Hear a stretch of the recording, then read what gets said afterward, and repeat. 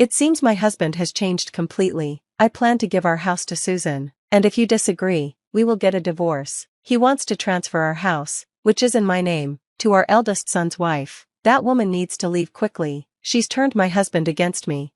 I'm changing the house title to my name. I can easily handle the monthly mortgage of $1,800. It seems my eldest son is on her side now, but I don't care about this old house anymore. I'll just move out. I'll make sure all three of you regret this. Get ready. My name is Grace. I'm 60 years old and work as an executive at a big company. I live with my husband, Robert, who is 2 years younger than me. Last year, we renovated our house for our future. The house was built by my father and was quite old. We wanted it to be more comfortable as we grow older. The loan is high at $1,800 a month, but it's manageable. I was told I could get the loan because I have a good job, while Robert manages a small restaurant and earns less than I do. It's tough to keep paying off the loan with just my salary. The house used to belong to your father, and now it's in your name. I feel bad, but could you pay the whole amount? I'll contribute more to our living expenses. We agreed to renovate the house, and it turned out so beautiful and comfortable. I was so happy that I could live in the house where I spent my childhood. But now, I never imagined I would have to leave this house someday. Then I received a message on my phone. My eldest son, Jack, called to tell me he's getting married. Jack is 31 and works as a section chief at a major company. He has always been dedicated to his studies and work, so I was surprised to hear about his love life. I was curious about the woman he was marrying. If Jack likes her, she must be special, but I wondered if she was trying to take advantage of him since he lacks dating experience. I was both excited and anxious to meet the woman our son was bringing home. The day finally came when I met her. A young woman with brown hair and a white dress introduced herself. "Hi, I'm Susan. Nice to meet you," she said. She had great manners and made a good impression. "Nice to meet you, Dad and Mom," she smiled, showing her bright teeth. I thought Jack could be happy with her. Robert felt the same way, quietly saying, "She's a good girl." "I'm glad to hear that, sir," Susan said, holding Robert's hand and looking into his eyes. I was surprised by how close she was to him. I pulled back a little, and Jack looked surprised. Robert didn't seem bothered at all, but I felt uneasy. I wasn't jealous, but it didn't feel good. "What are you doing?" I asked Susan. "Thank you," she replied, flustered. "I shouldn't have done that on our first meeting. I'm really sorry." She quickly let go of Robert's hand. "I often hear that I don't understand personal space," she continued. "I don't mean any harm. It just happens. I'm really sorry." She seemed nice, but her behavior surprised me, even though I liked her at first. Jack, on the other hand, was smitten with her, and he admired her boldness. "Susan might not understand personal space, but that's a good thing," he said. "She approaches people, and I'm shy, so that's why I can be with her and think about marrying her." I was shocked to see the usually introverted Jack change so much because of Susan's behavior. "I trust you with Jack," I said, realizing she was a good person. I approved of their marriage, and everything moved quickly. They got married a few weeks later. I truly wished them all the happiness in the world. 6 months after their wedding, I came home from work one day and noticed a woman's shoes by the entrance. In the living room, there was Susan. "Welcome back, mother-in-law," she said. The table was covered with empty cans and bottles. They had been drinking. "What is going on?" I asked, surprised. "Why are you having a drinking party without Jack?" "Well, when I got home from work, I bumped into Susan. She wanted to get to know me better, so we decided to have a drink. I'm a bit broke before payday, so I suggested we drink at home," she explained. "Why have a drinking party here? It would have been better if Jack was with you. I don't want to intrude on the newlyweds. They could have drunk at their own place," I said, tilting my head. "It would be fine at our place, but it's such a mess right now, and your house is beautiful," Susan said, slurring her words a bit. She usually spoke politely, but she was acting casual because of the drinks. "Why didn't you invite Jack?" I asked. It seems unusual for a daughter-in-law to come to her in-law's house alone for drinks, especially as newlyweds. Susan started to cry. "Jack is always busy with work and doesn't have time for me. I'm feeling so lonely." "Shush, Susan, it's not your fault," I said. "The one to blame is Jack for leaving his newlywed wife alone." Robert began to console Susan, stroking her hair. "Oh, Daddy-in-law," she exclaimed, and it was a bizarre scene that made me feel nauseous. "Hey, Robert, Susan is your daughter-in-law. This is disrespectful to Jack. You shouldn't act like this. I scolded him for his inappropriate behavior. Please don't scold daddy-in-law, Susan defended Robert. Her response was so absurd that I couldn't help but feel confused. I wanted to say more, but after a tiring day at work, I didn't have the energy. I'm going to take a bath, please clean up, I said with a sigh as I headed to the bathroom to escape. Then I called Jack to explain the situation. He said he would stop working and come pick Susan up right away. I thought Susan was a bit odd, but Jack must really love her to leave work for her. However, I worried it might be challenging for him to live with her after marriage. Even though I might not be the best mother-in-law, I decided to offer Jack some advice on married life when he arrived. Time flew by as I soaked in the tub, lost in thought. I felt a bit lightheaded when I headed to the living room, where I found Jack had arrived to pick up Susan. Or so I thought. Despite having driven here, he was drinking. Jack, you drove here, you shouldn't drink, I questioned him. No, Susan wanted a drink, so I decided to stay the night, he replied cheerfully, a bit tipsy. I was glad my son was staying over, but Susan had left a bad impression on me. I was honestly baffled, but Jack had already been drinking. I can give you guys a lift, I offered. I really didn't want my daughter-in-law to stay over, especially since I was tired. No, I feel bad for you. You must be tired too. How about you join us for a drink? Jack suggested with an easygoing smile. I couldn't say anything more. At that moment, something felt off. Suddenly, Susan cracked a mischievous smile, almost as if she was laughing at my confusion. Was it just my imagination?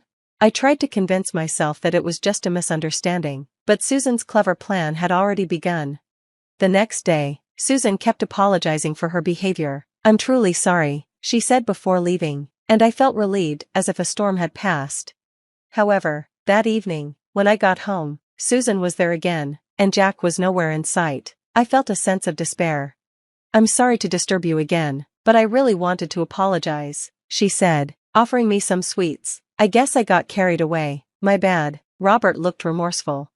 It was a bit annoying, but they seemed to be reflecting on their actions, so I decided to let it go this time. Thank you, I said, because Susan felt awkward about the situation. She stopped coming over. Honestly, I didn't want to deal with her much, so I was grateful for this outcome.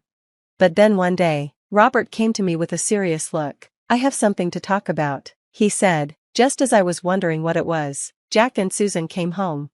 It's been a while, I greeted them, but for some reason, they ignored me. I was confused. Suddenly, Robert shouted, I'm giving this house to Susan. If you object, we're getting a divorce. What? I was taken aback. He was giving the house to Susan, and I couldn't understand why. Mother-in-law, please leave, Susan said. What does that mean? I was in chaos. What do you mean you're giving the house to Susan? Robert answered, You've been bullying Susan all this time. Bullying? That's ridiculous, I argued, but Robert wouldn't listen. Shut up, he yelled. That's why she was crying and couldn't come home until now. Jack chimed in. I didn't think my mother would do something like this. This is seriously messed up. The more I denied it, the angrier they became, and Susan was crying. That's why I'm divorcing you. Get out now. I'm staying here with them. Why should I give my house to Susan? I asked. Because Susan is deeply hurt, Robert said. Normally, we should demand compensation, but I think it's better to take your house and give it to Susan. That way, you'll feel the consequences. I didn't bully her. Why do I have to suffer? Besides, how can Susan, who quit her job after getting married, pay an $1,800 loan? He replied, Don't worry, the title will be in Jack's name. With Jack's salary and previous employer, we can change the title easily. But changing the title is difficult when there's an existing loan. If it were that easy, anyone could buy a house. Robert insisted, You work for a big corporation, and so does Jack. Plus, a friend of mine works at the bank where you have your loan. I think we can work something out. I couldn't understand where his confidence came from. An $1,800 loan is no big deal, he said with a laugh. Jack, brimming with confidence because of Robert's words, turned this into a real situation where I might have to hand over the house.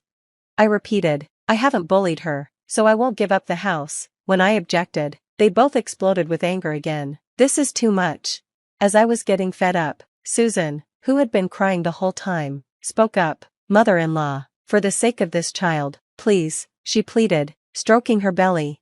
No way, I replied. shocked. Susan is pregnant? My mind raced. If she's emotionally unstable, a miscarriage could happen, but I still wouldn't give up my house based on these unfounded accusations. I was perplexed. Just leave me alone for a bit, I said and went to the bedroom. Bullying? Have I unknowingly been horrible to Susan? As I lay on the bed, riddled with worry, I noticed something strange. What's this? I thought, spotting a strand of brown hair on the bed. Both Robert's and my hair are black. There's no way a brown hair could be here. Wait, has there been an affair? My mind was racing with this awful truth. I felt like I was on the verge of exploding. I don't even know what's going on anymore. I cried myself to sleep. When I woke up, it was night. As I tried to enter the living room, I heard voices. It seemed Jack and Susan weren't home yet. I wished I could have a drink too. You can't, you're pregnant, remember? Robert and Susan said, full of enthusiasm. I couldn't find a chance to intervene. The mysterious accusation from Susan left me in despair, and I remained unable to enter the living room. Suddenly, I heard the sound of an intimate encounter. Oh, Susan, I love you, Robert exclaimed. Stop it, Jack and my mother-in-law will find out. You know. What the hell were Robert and Susan doing? Don't worry, Jack is passed out drunk, and Grace hasn't come out of her room for a while. She's probably sleeping. Robert laughed. Is she sulking? Too funny.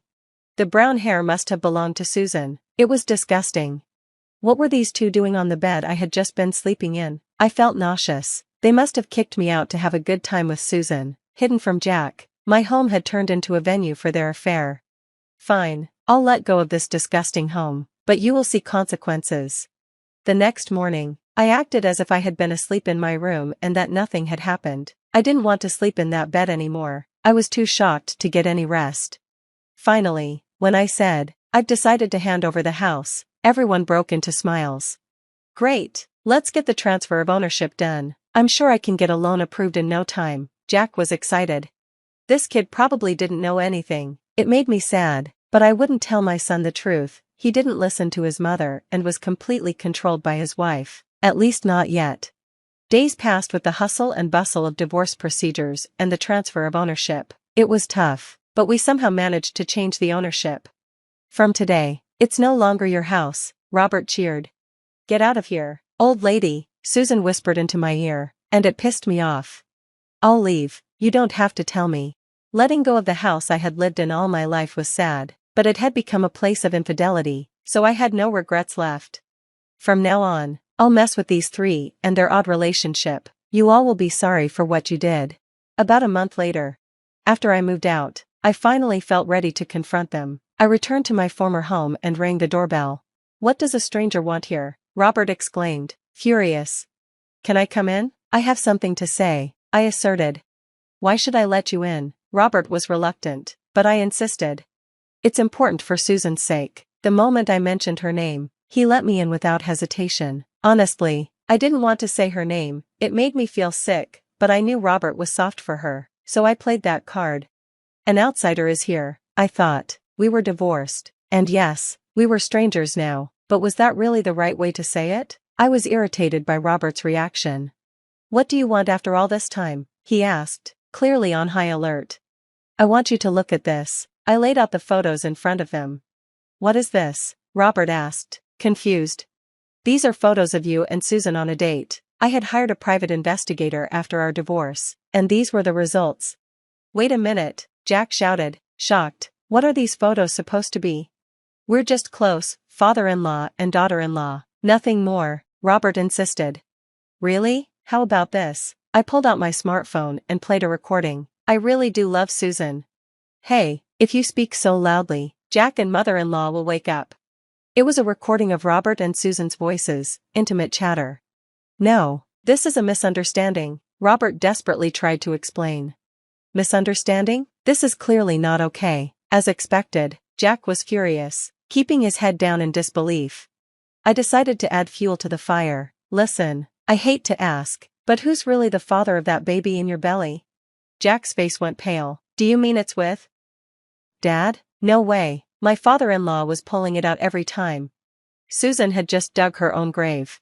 You just admitted it, didn't you? I said. The three of them were in shock. Suddenly, Robert and Jack began wrestling each other, and Susan seemed to cramp due to the commotion. Stop, I interrupted their scuffle. I've been saying this all along. I haven't bullied Susan. Could it be that you were lying just to drive me away and make Jack believe I was the villain? Jack looked taken aback. You're kidding. What the hell? This is messed up. I can't even trust my own mom. Jack, who couldn't trust his mother, seemed to blame himself for listening to Susan. Now that you understand all this, spill everything, Jack shouted angrily at the two of them. They hesitated to confess, but then Robert said, we have enough evidence here. Are we going to court? The mention of court triggered a reaction, and they finally began to talk. Apparently, Susan initially loved Jack, but when they visited our newly renovated and beautiful home for their marriage proposal, she wanted a house like ours. My parents' house was pretty rundown, and I was envious of the beautiful home Jack and I had. The interior was lovely too, but Susan explained her feelings through tears. The woman who wanted a house seemed to have planned to win over Robert on the day of the marriage proposal. She intentionally ambushed him after work, without inviting Jack, and drank with him. For several months while Jack was away, she nurtured a relationship with Robert and seemed intent on pushing me out of their lives. You should have proposed living together from the beginning, I said. She paused, then admitted, I have a bad image of a mother-in-law. My mom and grandma fought every day because grandma bullied my mom. I didn't want to live with a mother-in-law. I understood her reasoning. With such an image, it made sense that she wouldn't want to live with one, but the thought of stealing her father-in-law was shocking. What did Robert think about this? I wondered. I knew I was being used, but when Susan came to greet me, holding my hand and smiling, I felt conflicted. Robert, clearly in love, knew he was being used, but seemed willing to abandon me to keep her by his side. You guys are the worst, Jack shouted, and both Robert and Susan lowered their heads, shedding tears. Ultimately, Jack divorced her. When he checked the DNA of the child born to Susan, it turned out to be Robert's. I won't pay child support, he exclaimed, demanding compensation from both of them. I can't believe I'm suing my own father for compensation, he said, sighing in disbelief. I patted his head, realizing how this crazy woman had thrown us all for a loop, but in the end, the one who would regret ruining her life the most was her. Fast forward 2 years, Susan remarried Robert and decided to stick it out for the sake of their child. She enrolled the baby in daycare so she could work. Oh look, Uncle, came to pick you up today, she told her child. Though the other moms at daycare were giving her side-eye, the kids got along well, but she felt isolated, unable to make any mom friends. When she tried explaining her divorce and remarriage to her own parents, they were furious, directing their anger at Robert. Since then, she had been estranged from them. All of this was her doing, and as for the house, Jack was living there alone. I wanted to sell it, but that would be too harsh on Mom. After all, it's the house where she's lived since she was born, a place full of memories, Jack told me. I understood his sentiment. I just can't sell it, he added, guilt-ridden, despite my insistence that the house felt creepy. Eventually, he had it professionally cleaned, throwing out all of Robert and Susan's belongings. Even though it was because of that woman, I did something terrible to Mom, he confessed. I know you probably won't forgive me, but please visit me, or come to the house on a whim. Let me show you some devotion. With that, he gifted me a ticket for a hot springs trip. Jack had definitely shown remorse. I couldn't forgive him yet, but I felt hopeful about working towards rebuilding our once strong relationship. Whitney Vallow was known to almost everyone who had ever crossed the threshold of the local clinic. The therapist worked tirelessly and always helped those in need. While this might seem unremarkable, Whitney was truly special. Beyond her regular appointments, she took the initiative to meet with those who, because of their low social status, were unlikely to seek help. "Do you really need to bother with these vagrants, Whitney? The whole clinic already looks at you askance," her husband used to say. She'd merely shrug. "Let them look. That's all they know how to do. But no one can forbid me from using my personal stethoscope outside the clinic." Dave wrinkled his nose. Whitney was always like that, and her colleagues secretly laughed at her. However, patients adored the doctor. Part of her popularity stemmed from the video blog she maintained, offering residents valuable health advice. Today, the day stretched like a rubber band. Sitting in her office, Whitney glanced out the window periodically. It was overcast, the sky blanketed with clouds threatening rain. Whitney, may I leave early today? I live in the suburbs and need to catch the bus. The weather's awful, and I forgot my umbrella," the nurse asked cautiously. Whitney looked up from her paperwork and nodded. "Of course, go ahead. The day's almost over anyway, and it's unlikely anyone else will come in." A sweet smile immediately played on the nurse's lips. "Thank you. You're the best doctor I've ever worked with." Whitney smiled back and glanced out the window again. At that moment, a jagged bolt of lightning flashed, and a second later, the office windows rattled with a powerful clap of thunder. The nurse yelped and hurried out the door. Whitney shook her head disappointedly. She would have to ask her husband to pick her up from work, but Dave had, as luck would have it, agreed to help his mother with repairs. Miranda, true to form, decided to start it at the most inconvenient moment. Whitney was due for a vacation in 2 weeks. They planned to go to the seaside for at least a few days. Whitney couldn't manage much more than that. After all, how would her poor patients be without her, who, when necessary, even came to her home? Suddenly there was a knock at the door. Whitney glanced anxiously at the clock on the wall. 5 minutes until the end of the workday. For many of her co-workers, this was reason enough to lock up and go home with a clear conscience. But she'd always tried to stick to the rules. After all, they existed for a reason. "Come in," Whitney said, turning towards the door. To her surprise, a boy of about 10 years old crossed the threshold. "Luca, what are you doing here?" she couldn't help but ask. Whitney knew this little orphan, who occasionally ran away from the orphanage, roaming the city in search of small treasures like candy or fresh pastries. She'd met Luca at the supermarket checkout, where a guard had caught him with a bun in his hands. Tears had frozen in the boy's eyes. He wasn't a thief at all. The change he'd carefully collected had simply fallen through a hole in his pants pocket. Luca stood at the register, smearing tears across his dirty cheeks. Whitney didn't hesitate. She resolutely approached the guard, paid for the bun. "Well, look at you! This is how beggars and swindlers are made. You shouldn't encourage this behaviour in children," someone called after her. But Whitney didn't care. The important thing was that she had helped this boy, and such misfortunes could happen to anyone. Since then, Luca and Whitney had become friends. They didn't see each other often, but sometimes she'd help the kid by buying sweets for him and his friends at the orphanage. She usually gave him a small box of baked goods or bought fruit. This didn't mean the children in the orphanage were malnourished. Rather, it was something else. Sweets and fruit were always delicacies for the kids, perpetually in short supply. "Hi, Luca. Did you just come for a visit? Or has something happened?" Whitney asked. The boy looked at the woman with an odd expression, then said, "Yes, I have a problem. Or rather, not me. Mr. Thompson.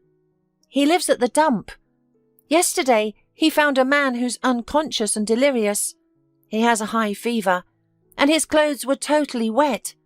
Mr. Thompson thinks it's some kind of cold. He doesn't know what medicine to give him. Will you come and see him, please?" She hesitated. The boy was asking her to go to the city dump in this weather. Not the most pleasant prospect, certainly. "What can I say, Luca? Isn't there another way? Maybe he could come to our clinic, in case he needs a chest x-ray." "Whitney, you know Mr. Thompson's health is failing. There's no way this man can be carried by him. He's too old and weak. We wanted to call an ambulance, but the road is dug up, and with the rain they can't get through. That's how it is. You're our only hope," Luca pleaded. Whitney looked out the window again. The clouds were thickening, and the walk to the garbage dump threatened to be troublesome. But the boy's words stirred an uneasiness in her soul. What if she was the very last hope for this poor man? Clearly, he wasn't at the dump by choice. Such is life. "All right, Luca, let's go now. You say it's a cold? So that I'll buy some medicine at the pharmacy. Of course, this isn't the proper way to do things, but apparently there's no other option. Whitney decided, and grabbing her purse, headed for the door. A satisfied smile appeared on Luca's lips. From his eyes, Whitney could tell he was delighted with her decision. Whitney knew that the boy's parents had died in an accident. They lived in the village, keeping a small farm with a cow, chickens and geese. They sold their produce at the city market, earning a modest but stable income. That fateful day, there was a thick fog. The neighbour persuaded not to go, saying that she had a bad dream, and that she should not ignore the omens. But Luca's parents didn't believe in such things. "Let's go anyway," they said. "We can't miss a market day when trade is in full swing.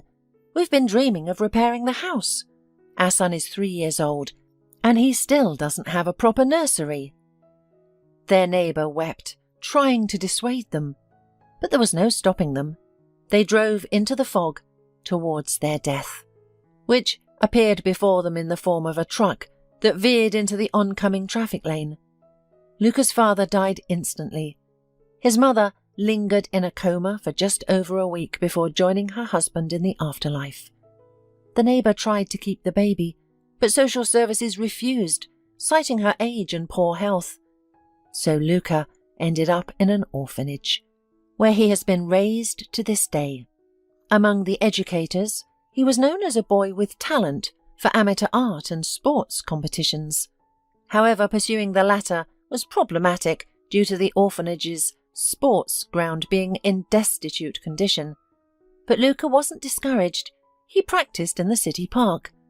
Whitney's sad reverie was interrupted by a clap of thunder overhead. Startled, Luca jumped up and looked resentfully at the sky. "Don't worry, my little friend. Everything will be all right. It'll rumble for a bit, then stop." Whitney smiled and quickened her pace. On the way, they stopped at a pharmacy to buy some essential medicines for treating colds. After that, Whitney took the boy by the hand and led him to the bus stop. It seemed safer that way. It might be raining, but they'd have a roof of the bus over their heads.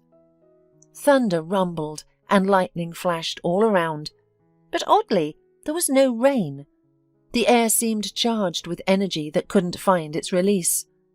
A sense of moisture hung in the air, eager to fall upon the city.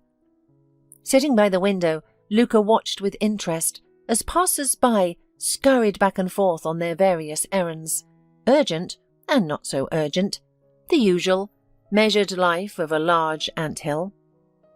Having reached the terminus, Whitney and Luca got off the bus and headed towards the dump, identifiable by the characteristic smoke that from afar looked more like a ghostly haze.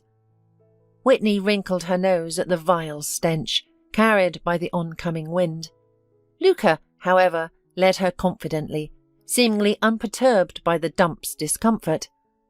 For a moment, Whitney even suspected that the boy had been here more than once, visiting Mr. Thompson.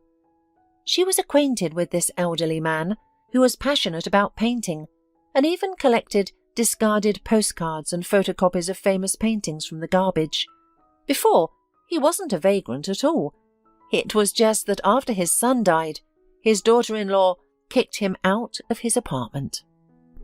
Mr. Thompson hadn't achieved fame in the art world and had reduced his painting to a hobby, a pastime for the soul.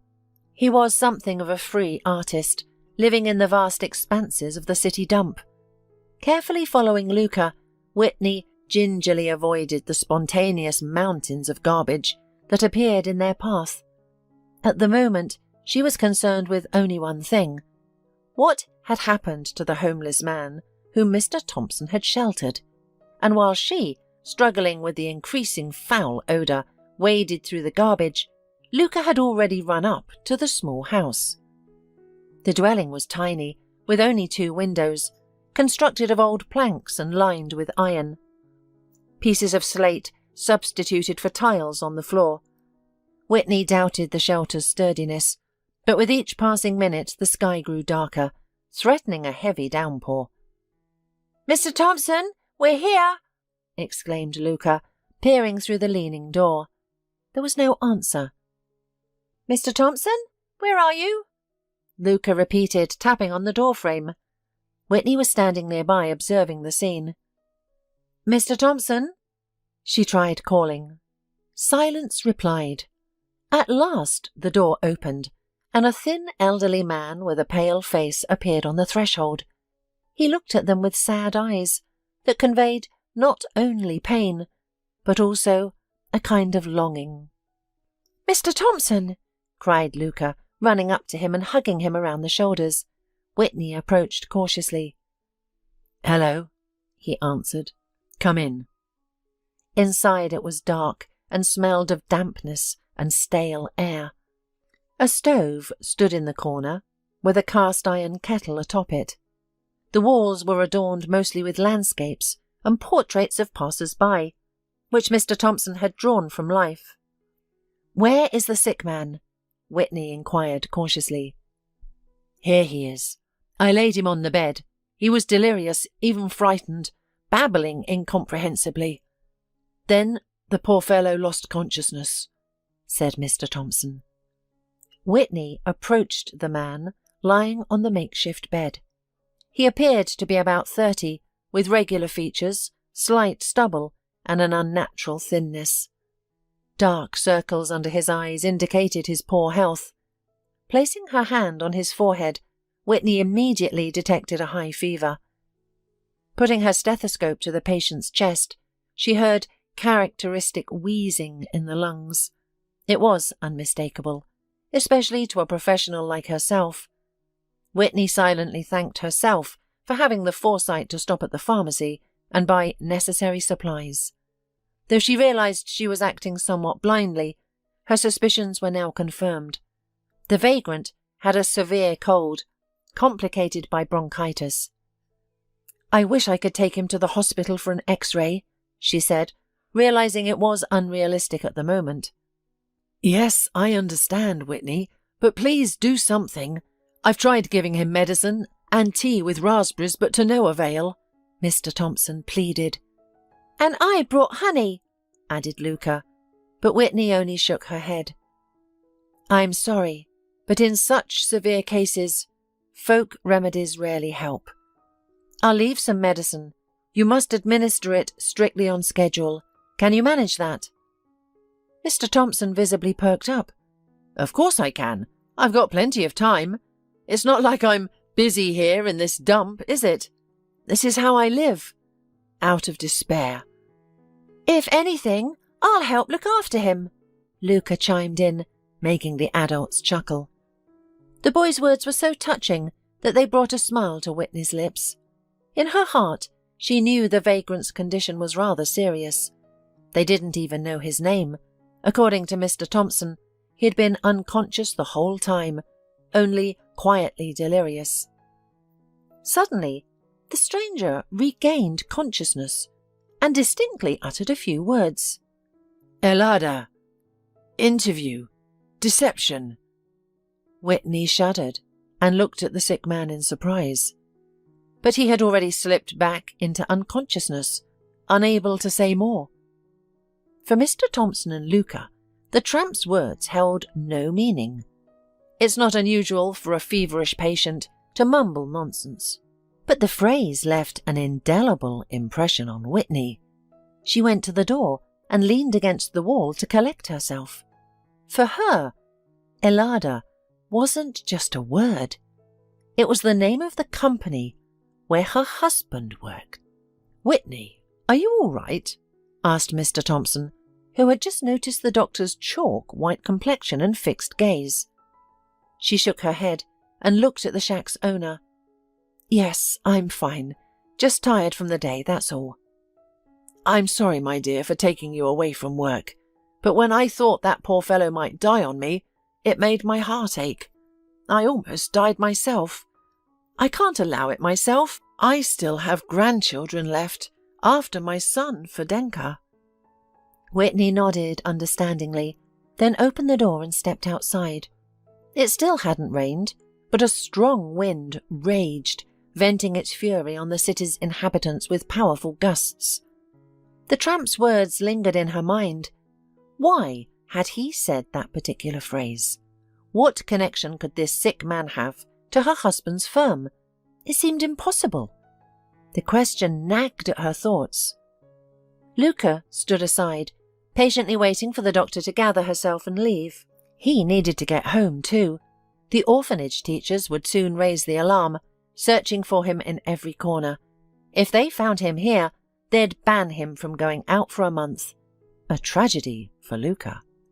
Few knew that once a week the boy visited the cemetery with flowers, plucked from the city flower beds. He went to his parents' grave, who had died that fateful June morning. He could barely remember their faces, knowing them only from photographs in the niches of their modest concrete and marble chip gravestones.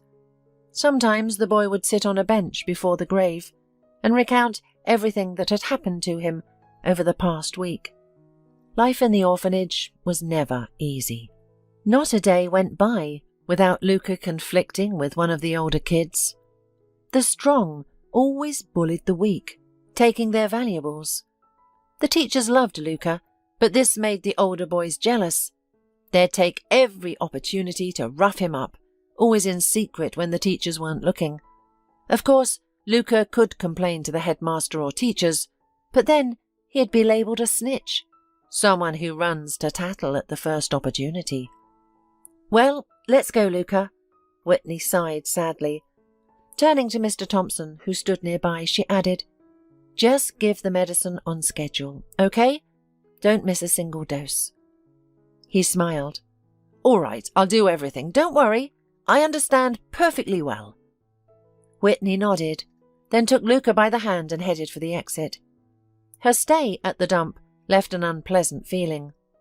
She didn't blame Mr. Thompson for asking for help.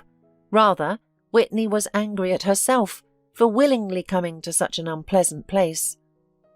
Her clothes were dirty now, and she'd have to explain the persistent odour to her husband. The tramp's delirious words kept replaying in her mind, making it difficult to focus on anything else. She found her way back easily, not needing to rely on her young guide, who had navigated the mountains of trash so well. When they finally left the dump, dusk had softly fallen.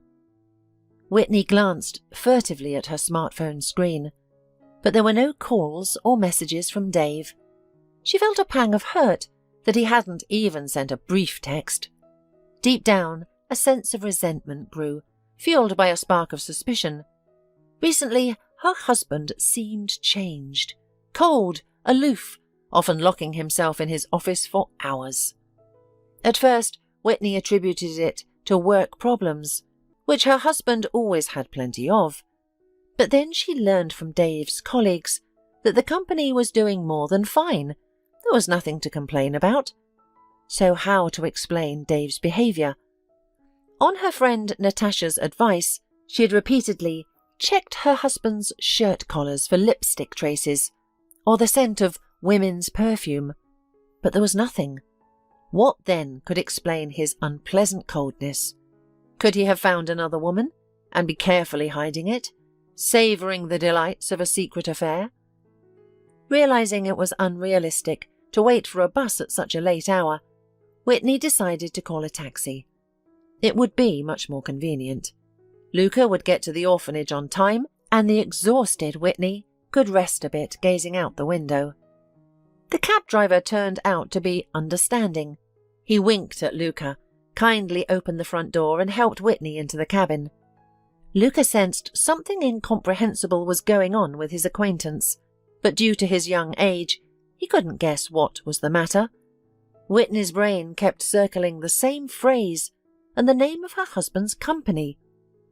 She also wondered, why was this strange tramp wet from head to toe? It hadn't rained that day, and Whitney knew it for sure. One could only get so wet in the river that divides their city in half and flows deep into the vast homeland. At that moment, Whitney was torn from her thoughts because the cab stopped at the orphanage. Kissing the boy goodbye on the cheek, she led him to the gate, where the teacher noticed them. "Wait, where are you going?" "So it's you Luca runs away to all the time," the woman began without preamble. Whitney turned pale and involuntarily took 2 steps back. "I don't understand what you're getting at." "Yes, I know, Luca, but that doesn't mean he's running away to me." The teacher wrinkled her nose. "Listen, you can tell these stories to anyone you want, but not to me. I'm responsible for Luca, and if anything happens, all the teachers will be punished. In the worst case, they might even face legal consequences." "Mrs. Jones, why are you like this?" Luca began to plead with the teacher, but it had no effect on her. The woman looked unpleasantly at Whitney, as if she were the culprit of all their troubles. Whitney's mood soured completely. This was not the reception she had expected at the orphanage. Moreover, she wasn't really to blame for Luca turning to her for help. And if they were all so right and smart here, why did their pupils run away from them in broad daylight and wander the city, risking trouble? But Whitney didn't want to voice these thoughts, of course, so that Luca wouldn't be punished because of her. She'd rather let the teacher believe she was responsible for his escapes than punish the child, who was already suffering from living without parents. "Excuse me, Mrs. Jones.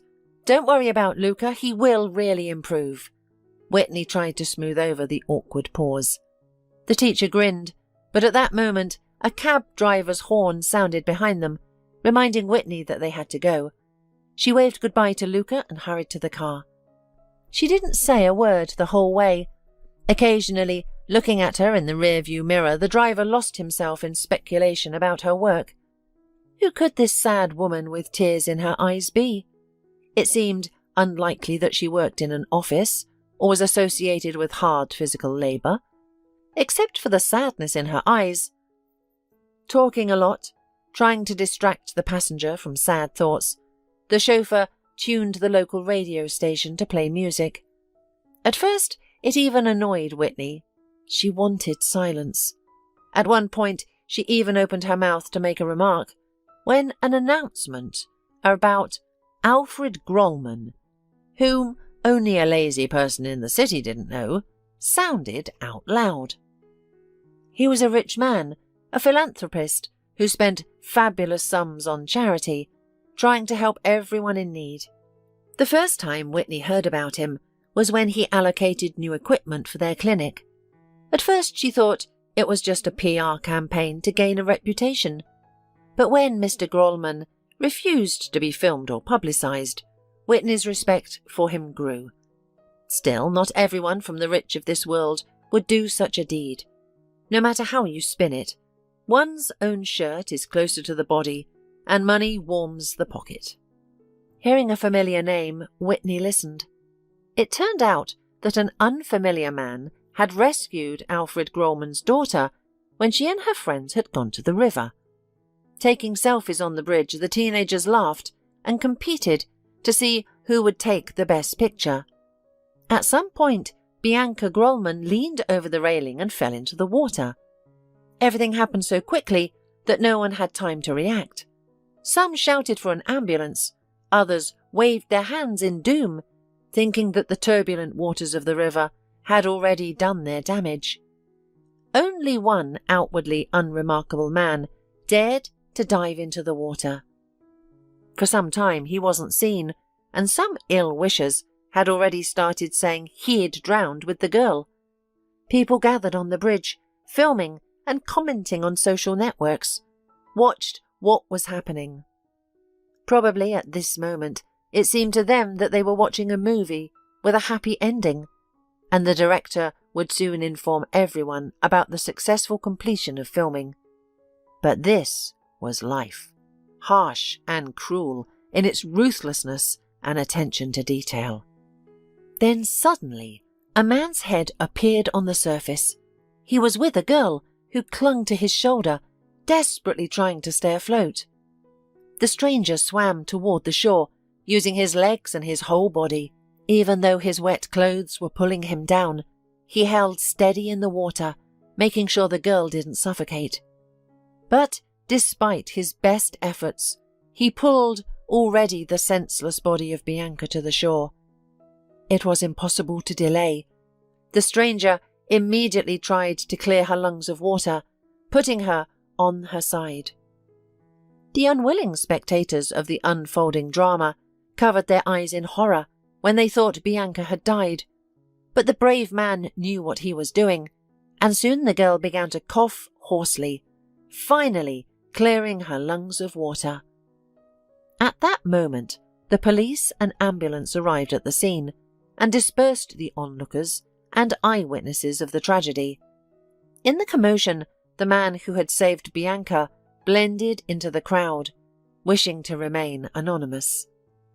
He was the one Mr. Grollman was now looking for, to thank and show the city their hero. Given Mr. Grollman's capabilities, one could only guess at the size of the reward. "Ah, lucky that one. I wish I'd been in his shoes. He'd be driving a brand new car by now," the cab driver said enviously. Whitney cringed, imagining how this man with his globe-like belly would dare to jump into the speedy water. A thought suddenly struck Whitney. What if the stranger who had saved Bianca was actually the unknown tramp lying in Mr. Thompson's shack? Of course, this was mere speculation, possibly unrelated to reality. Most likely it was a coincidence, albeit a strange one. Mr. Thompson had mentioned seeing the stranger in soaked clothes, trying to find shelter, and having a fever. The only thing Whitney couldn't understand was why the vagabond had hurried to hide and not given his name.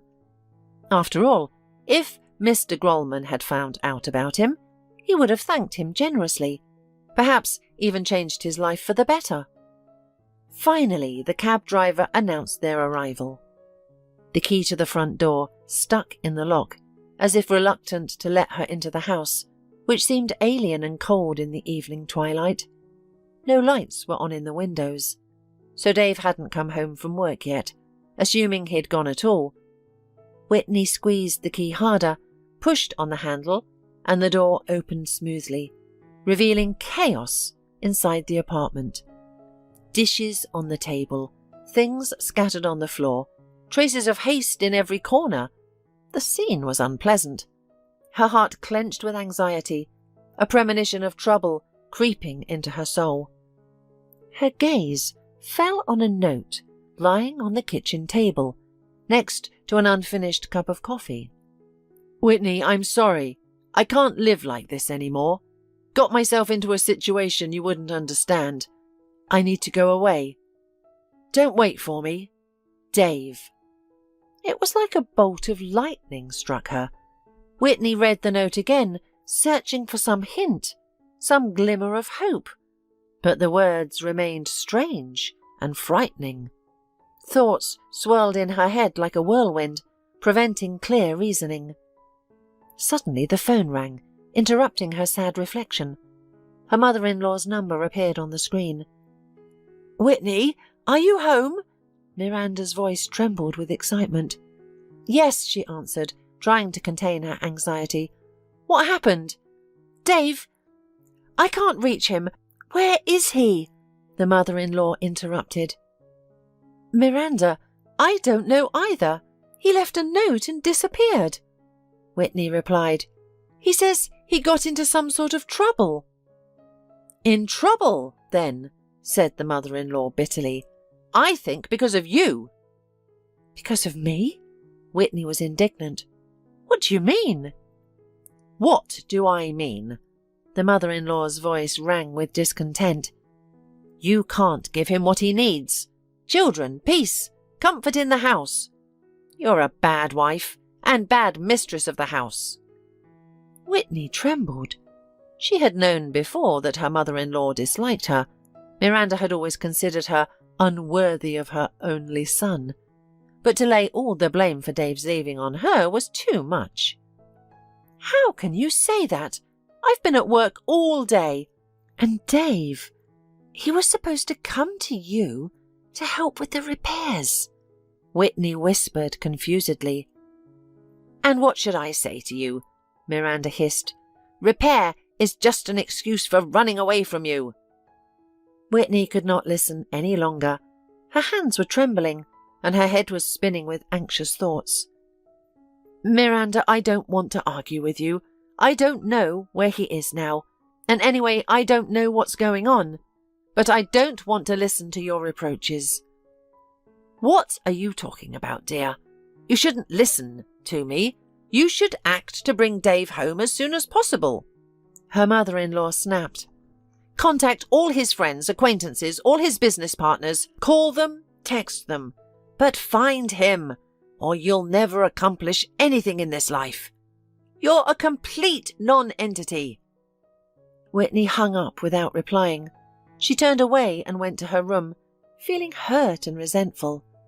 She had invested all her strength and emotions into this marriage, but her mother-in-law refused to acknowledge her. Miranda only wanted to see her son, to exert her power over him. She approached the window and gazed out at the dark street. The wind rustled outside, mirroring her inner turmoil. "What shall I do now?" she murmured. "How do I find Dave?" Her eyes fell on a small note lying on the table. She read it again. The situation remained unclear. The words felt like a sentence. "For heaven's sake, what did I do wrong? Why did you run away?" Whitney whispered to herself. Struggling to compose herself, she decided that morning would bring clarity. What use was there in tormenting herself with thoughts of this mysterious disappearance?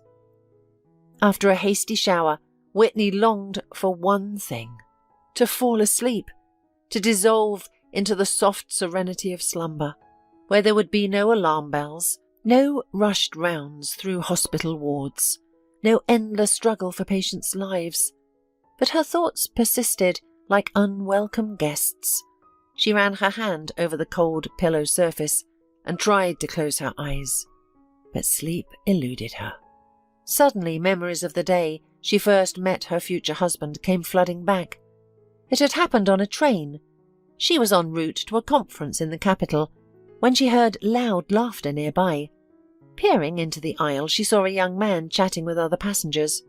The stranger wore a tracksuit and a brightly coloured t-shirt, his eyes twinkling with mirth. He was recounting how he'd lost his travelling bag at the station, and everyone was laughing.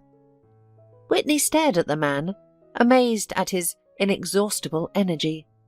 She couldn't understand how he could be so cheerful on such a tiring trip. There was something unusual about him that drew her in. As she was about to turn back, she heard behind her, "Hi? You look like I've surprised you somehow." She turned again to find the stranger in the tracksuit standing right behind her, flashing a dazzling smile. "Yes, I am," Whitney replied with a small smile. "I couldn't believe someone could be having so much fun on this trip." "What's the big deal?" Dave asked. "Do you think it's impossible to enjoy a train ride?" "Well, I suppose not," Whitney answered, "but I usually sleep most of the time during trips." "Where are you headed?" Dave inquired. "To a conference," she said. "I'm a doctor. My name's Whitney." "Wow, how interesting. I'm going to the capital too. And my name is Dave Fallow." They spent the rest of the journey engrossed in conversation. Dave told her about his work and his dreams. Whitney listened, watching him with fascination. She admired his energy and cheerfulness. The fact that he was sales manager didn't diminish her impression. To her, Dave seemed capable of being anything: a pilot, a builder, an actor, because she saw in him boundless potential and felt in her heart an inexhaustible spirit. As Whitney bid farewell at the train station, she was unaware that a little bit of time would pass and she and Dave would become husband and wife. The next morning, Whitney awoke to the insistent ringing of her phone on the nightstand. Usually she woke up because she was pulling her hand to turn off the alarm clock, but today it had been turned off last night. She turned sideways and looked at the empty half of the bed. The phone rang again, insistent, anxious. It was the fourth time, and Whitney realized it was from work. The ringing persisted, urgent and alarming. It was the fourth call, and Whitney realized it was from work. With a heavy sigh, she answered. "Hello, Whitney. Can you do a shift today?" the head of the department asked. "I'm sorry, I can't. I have unforeseen circumstances. What happened? Is everything all right? Yes, everything's fine. I just can't come to work. I have a family problem. I see. How long will it take to resolve? The boss inquired. I'm not sure yet. A few days, I suppose. All right, Whitney. Just don't forget, we're waiting for you. Yes, I won't forget. Thank you. Whitney hung up and gazed sadly at the empty half of the bed. Her mind felt vacant.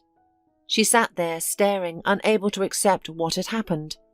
Her husband, the man she loved, was gone. He had simply vanished, leaving no explanation, no chance for her to change his mind. Thoughts of their wedding day surfaced. It had been a beautiful day, filled with sunshine, love and hope. She had been the happiest person in the world, and she was certain that they would be together forever. The first years of their marriage had indeed been filled with love, joy and hope. They travelled extensively and made plans for the future. But lately, something had changed. Dave had become more closed off and aloof. He worked long hours, came home late, and then withdrew into himself as if distant. Whitney tried to talk to him, but he increasingly brushed her off, saying it was just work stress and fatigue. Whitney tried to be understanding. She didn't pressure him and attempted to create a comfortable atmosphere at home, so her husband wouldn't feel irritated. She even renovated the bedroom, bought a new bed with orthopedic mattress and changed the curtains. But nothing helped. Dave grew more distant. I guess I just didn't know him, Whitney said aloud again, as if to convince herself.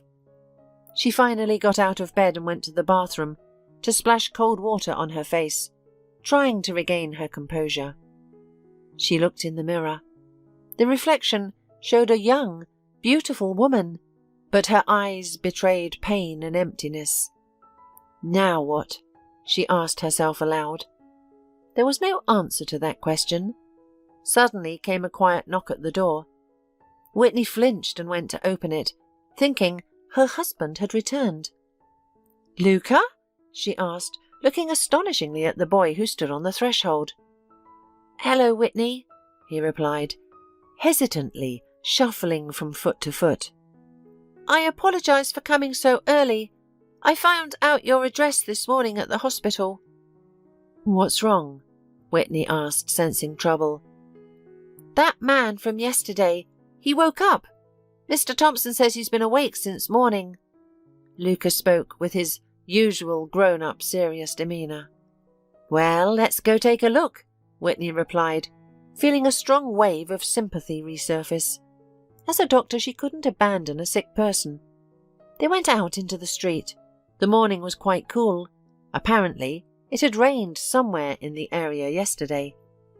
Luca walked beside her, silently looking at his feet. Whitney noticed he was wearing an old windbreaker that seemed too big for him, and shabby pants. Luca, how are you? She broke the lingering silence. Great, Luca smiled, his face immediately lighting up with childlike joy. I'm going to school today, but not really to study though. It's summer. We have a poetry reading contest today. Wow, Whitney exclaimed in surprise. Luca, already caught up in his upcoming role, began to recite the poems he had learned for the contest. Whitney sighed with slight sadness. Childhood. How wonderful it was that children at least had childhood with its joys, dreams, and belief in fairy tales. Meanwhile, the junkyard came into view. Even though she had been here yesterday, she still couldn't accept that such a place existed so close to the city, where people lived impoverished and despair. Mr. Thompson, are you home? She called out, entering the elderly man's hovel. Yes, I'm here, he replied, emerging from the darkness with a spoon in his hand. How's our patient? Whitney asked, shifting her gaze to the vagrant sitting in a chair. As you can see, he's alive, replied Mr. Thompson, gesturing towards him with his spoon. He's been awake since morning, as if nothing had happened. Whitney stepped forward, examining the homeless man. He was tall, thin, with anxiety in his eyes. He wore a dirty jacket, frayed pants and scuffed shoes. "Hello," Whitney whispered, unsure what else to say. "Good afternoon," the man replied, looking at her with large, sad eyes. "Thank you for rescuing me. I feel noticeably better today." "You're welcome," Whitney replied, lowering her eyes awkwardly. "I was just doing my job." "And what's your name?" the stranger asked, gingerly rising from his chair. "Whitney Vallow," she replied, somewhat embarrassed. "And you?" "I'm Joe," answered the man. "Just Joe." "Okay, Joe," Whitney smiled, feeling her usual demeanour return. "What happened to you?" "Tell Whitney what happened to you the other day," Mr. Thompson suggested. The man clenched and unclenched his fingers, as if fidgeting with invisible beads, and began his story hesitantly. "You know, I thought life had given up on me. I haven't had a job in a long time, and I have less and less strength to carry boxes. And they don't hire me everywhere." Whitney nodded, understanding. "Well, a couple of days ago," Joe continued, "I saw an ad. The firm Ilada needed movers. I thought maybe it would work out after all." Joe stood up and took a few steps around the room, as if revisiting the past in his memory. "So I filled out the form and then I was called by, well, the head of the department, I guess. Dave Vallow was his name. Suit, tie, ring on his finger, and a face, you know, so arrogant, haughty. A pretty girl was hanging around him all the time." At this point, Joe paused, as if reliving those unpleasant moments. But Whitney at that moment almost lost her senses. After all, it was her husband with some beauty. Was it really true? Meanwhile, Joe continued. "Well, they said they didn't want a deadbeat like me, and they'd already found a suitable candidate." "Really?" Whitney asked, surprised, barely containing her anger. "Yes, they began to mock me and drove me away. They said they didn't need such a loader." "And then what happened?" Whitney asked, almost in tears, no longer caring about the questions. Now she understood where her Dave had disappeared to, and what problems he had mentioned in the note. "And then I went to the river, just to calm down and fish in it. When I got there, I saw a girl fall off a bridge, so I rushed to save her." A tear rolled down Whitney's cheek. It was Bianca Grollman, daughter of millionaire Alfred Grollman. He's looking for his daughter's saviour everywhere he can.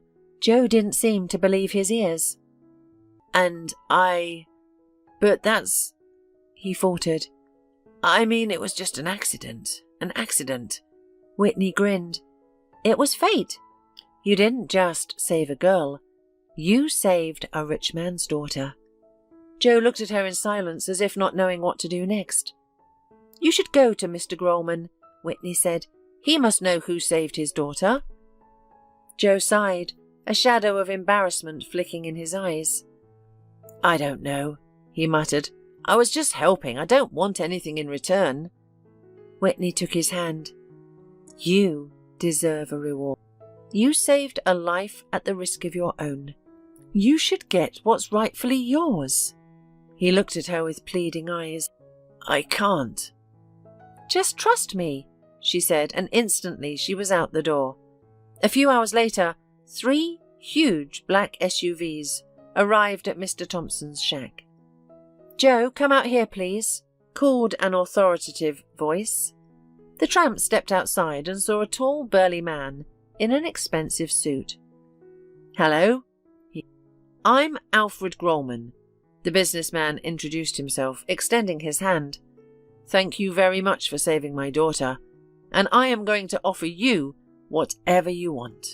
"Thank you, but I don't need anything," Joe replied, shaking Mr. Grollman's hand.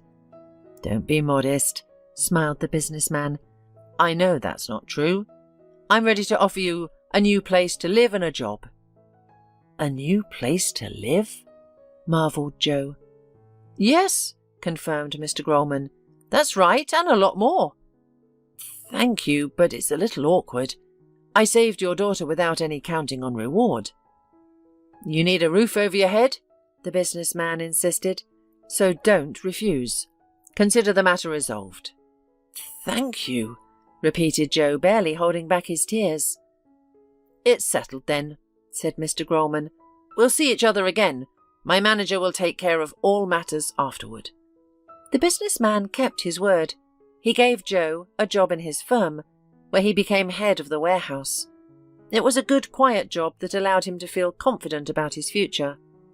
Whitney, not waiting for her fleeting husband, filed for divorce and soon tied her life to Joe. The house given by millionaire Mr. Grolman was very cosy. It had a large kitchen where Whitney and Joe sat in the evenings, talking about everything under the sun, a spacious living room, bathroom and bedroom, their refuge, a place of love and tenderness. A few months later they got married.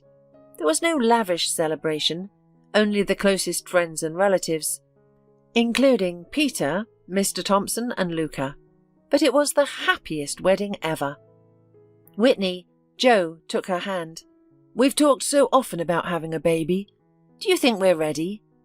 Whitney smiled, her heart filled with love and happiness.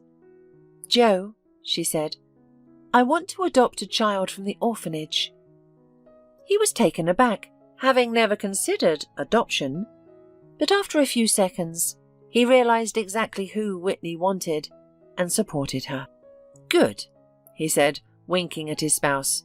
"Let's do it, especially since we already have one boy in mind." Whitney smiled.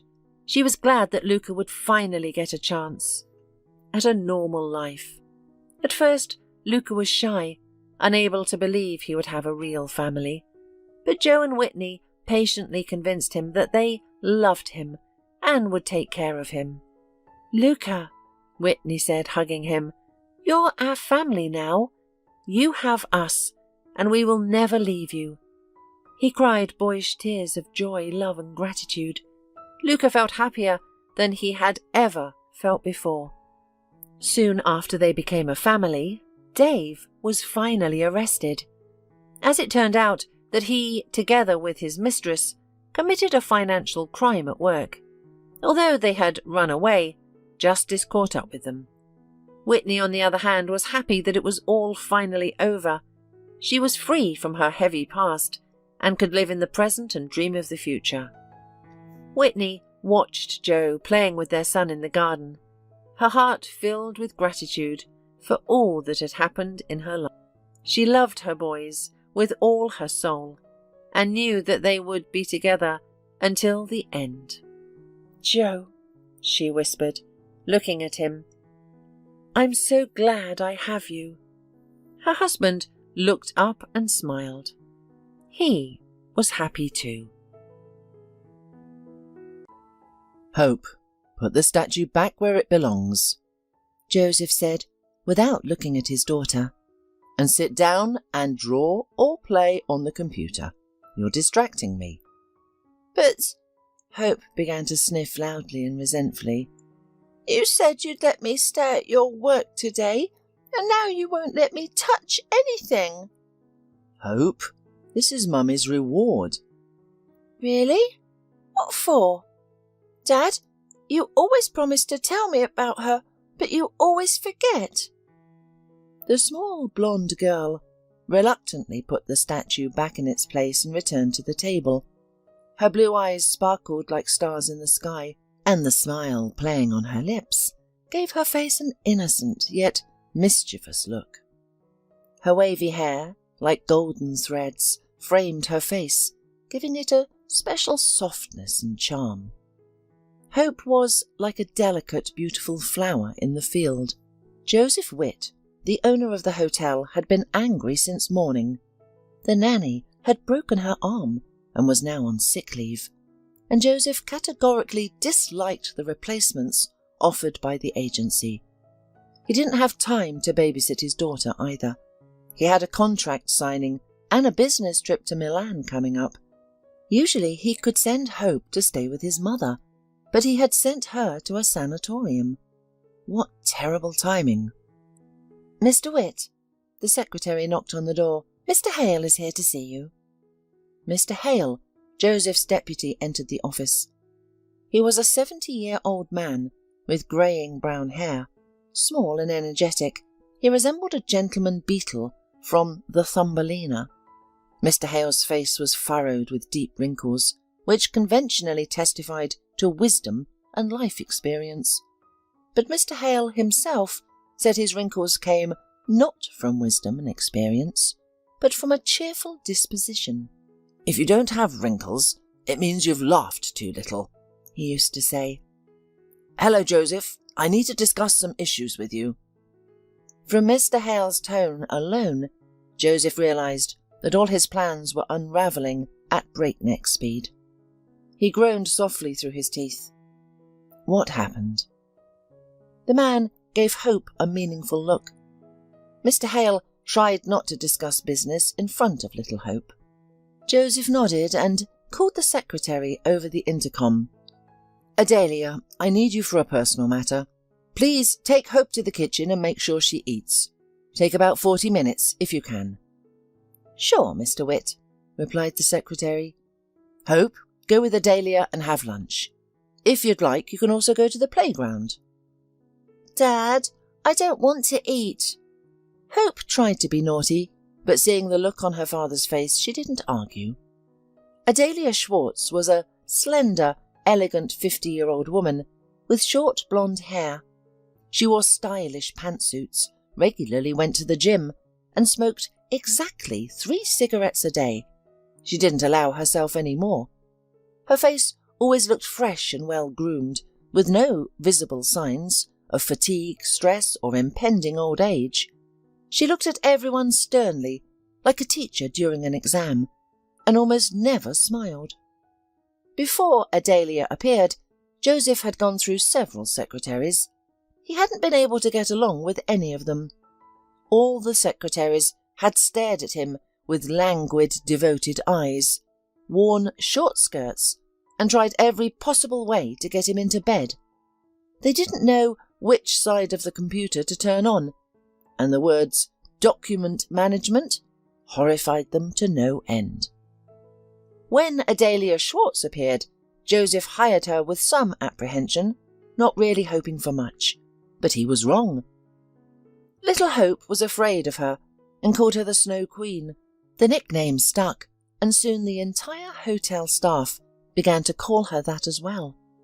When the door closed behind the girl and the woman, Joseph sighed and turned to Mr. Hale with a look of impending doom. "Well, spit it out. Don't drag it out." "Our hotel manager quit his job." "Quit his job? How?" Joseph didn't understand. "Just like that.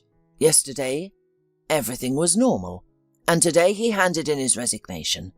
I tried to persuade him, but he decided to quit anyway." "Did you offer him a raise?" "Of course I did. He said it wasn't about the money. I think it was something at home, but his resignation is bad timing. The height of the season is coming." Joseph leaned back in his chair. Why? Why, if something happens, does it have to happen in all spheres at once? Ben, in a week, 2 at most, will have to find a new manager. Send all candidates directly to me. The hotel was situated on the shore of the sea, surrounded by lush greenery and vibrant flowers year-round. The warm, humid climate of the southern region was conducive to rest and relaxation. The hotel's architecture incorporated modern trends, offering guests comfort and coziness. Visitors were greeted by a spacious lobby with high ceilings, decorated in neutral tones, and enormous panoramic windows that provided a breathtaking view of the sea stretching to the horizon. All rooms boasted spacious bathrooms, comfortable beds, and thick curtains that blocked out daylight. Joseph personally inspected the convenience of the shower cabins, slept in randomly selected rooms, and checked the quality of newly purchased linens. The hotel occupied extensive grounds, featuring a restaurant, spa centre, heated swimming pool, and sauna for complete relaxation. Outdoor enthusiasts could enjoy a range of activities, boat rides, cycling in the neighbourhood, and hiking in picturesque mountainous areas. Joseph personally vetted all these amenities. Mr. Hale often joked that Joseph should test even the new tanning machine or scooter. But Joseph knew and loved his hotel intimately, down to the last screw. It was his wife's brainchild too. Joseph's office was decorated in a modern style, with elements of luxury and refinement. His wife had insisted that the office should reflect his status and professionalism. Thus, Joseph acquired a spacious desk of natural wood, with smooth lines and minimalist design, a powerful computer with a large monitor, and an ergonomic chair for comfortable work. Diplomas and awards adorned the walls, attesting to Joseph's success in the hospitality industry. There was a sofa in the corner with soft cushions, which never stayed in place. In the other corner of the office stood a small bar with an assortment of alcohol. Joseph disliked alcohol and knew little about it. He had never learned to appreciate wine and had no time for it. Along the wall were cabinets for storing documents, books, and Joseph's personal belongings. His wife was gone, yet everything in his office remained unchanged. "Mr. Witt! Mr. Witt! Hope has been taken away by ambulance!" Joseph turned pale. His vision blurred, and he asked Adelia with trembling lips, "What happened?" Adelia whispered in a choked voice, "She was sitting at the table while I discussed meal options with the cook. A few minutes later, when I returned, she was gone. I frantically searched the entire hotel for her, only to see an ambulance departing from the premises. It turned out that Hope had run to the playground, slipped, and fell into the pool. There was no one around at the time, and if it hadn't been for the maid who was on her way to the laundry room at that moment, we called you, but you must have had your phone on silent." Joseph's heart began to pound frantically, as if trying to escape his chest. Joseph broke into a cold sweat and trembled with fear. His vision darkened, and he felt nauseous. "Hush, hush," he told himself between spasms, clenching his mouth with a huge icy palm. "Keep your temper in check. You're a man, control yourself." But the thickening fear had already crawled up his nape and seeped into his very core. All his senses were on edge, every sharp sound causing panic and the urge to flee the office, where fear had enveloped everything in its web. He wanted to smash or break something, so that the icy terror and rage would finally find release and stop throbbing in his temples. Joseph crossed his office in a few giant strides and stopped in front of Adelia. "So, who went with her to the hospital?" The man narrowed his eyes and stared at the young woman, barely containing the emotions bubbling up inside him. "Mr. Witt, Hope was saved by the cleaning lady, Amaris Turner. The ambulance team said they went to the first clinical hospital." The hospital waiting room reeked of medicine and grief. The lights flickered, making Joseph feel like he was in a horror movie. Paintings adorned the walls, bright forests, fields and rivers, vivid reminders of life beyond the hospital, as if to underscore that outside the endless circle of life continued. Yet even these pictures couldn't brighten the grim reality surrounding him. A nurse in a white coat chatted on the phone, oblivious to Joseph. She discussed the purchase of a new 43-inch TV with an unseen interlocutor. Joseph leaned over and rapped his knuckles on the desk. "Hope Witt, which ward?" "The girl who fell in the pool." The nurse, a stern woman of about 60, furrowed her brow and grumbled with regal displeasure. "So you've shown up. And the mother? Why didn't she come? Why have children if you can't supervise them? You couldn't even be trusted with a cat. Your girl is in intensive care. The doctor will be here soon to tell you everything. Go wait in the corridor. Don't interfere with my work." "Are you kidding me? You're not working currently," Joseph growled. I need to see my daughter, and you're standing here doing nothing. Call the doctor. I'm not leaving until you do. I'm waiting." His voice boomed like thunder, shattering the hospital's silence. Joseph's hands trembled with rage. He felt his pulse quicken and his face flush. His lips compressed into a thin line.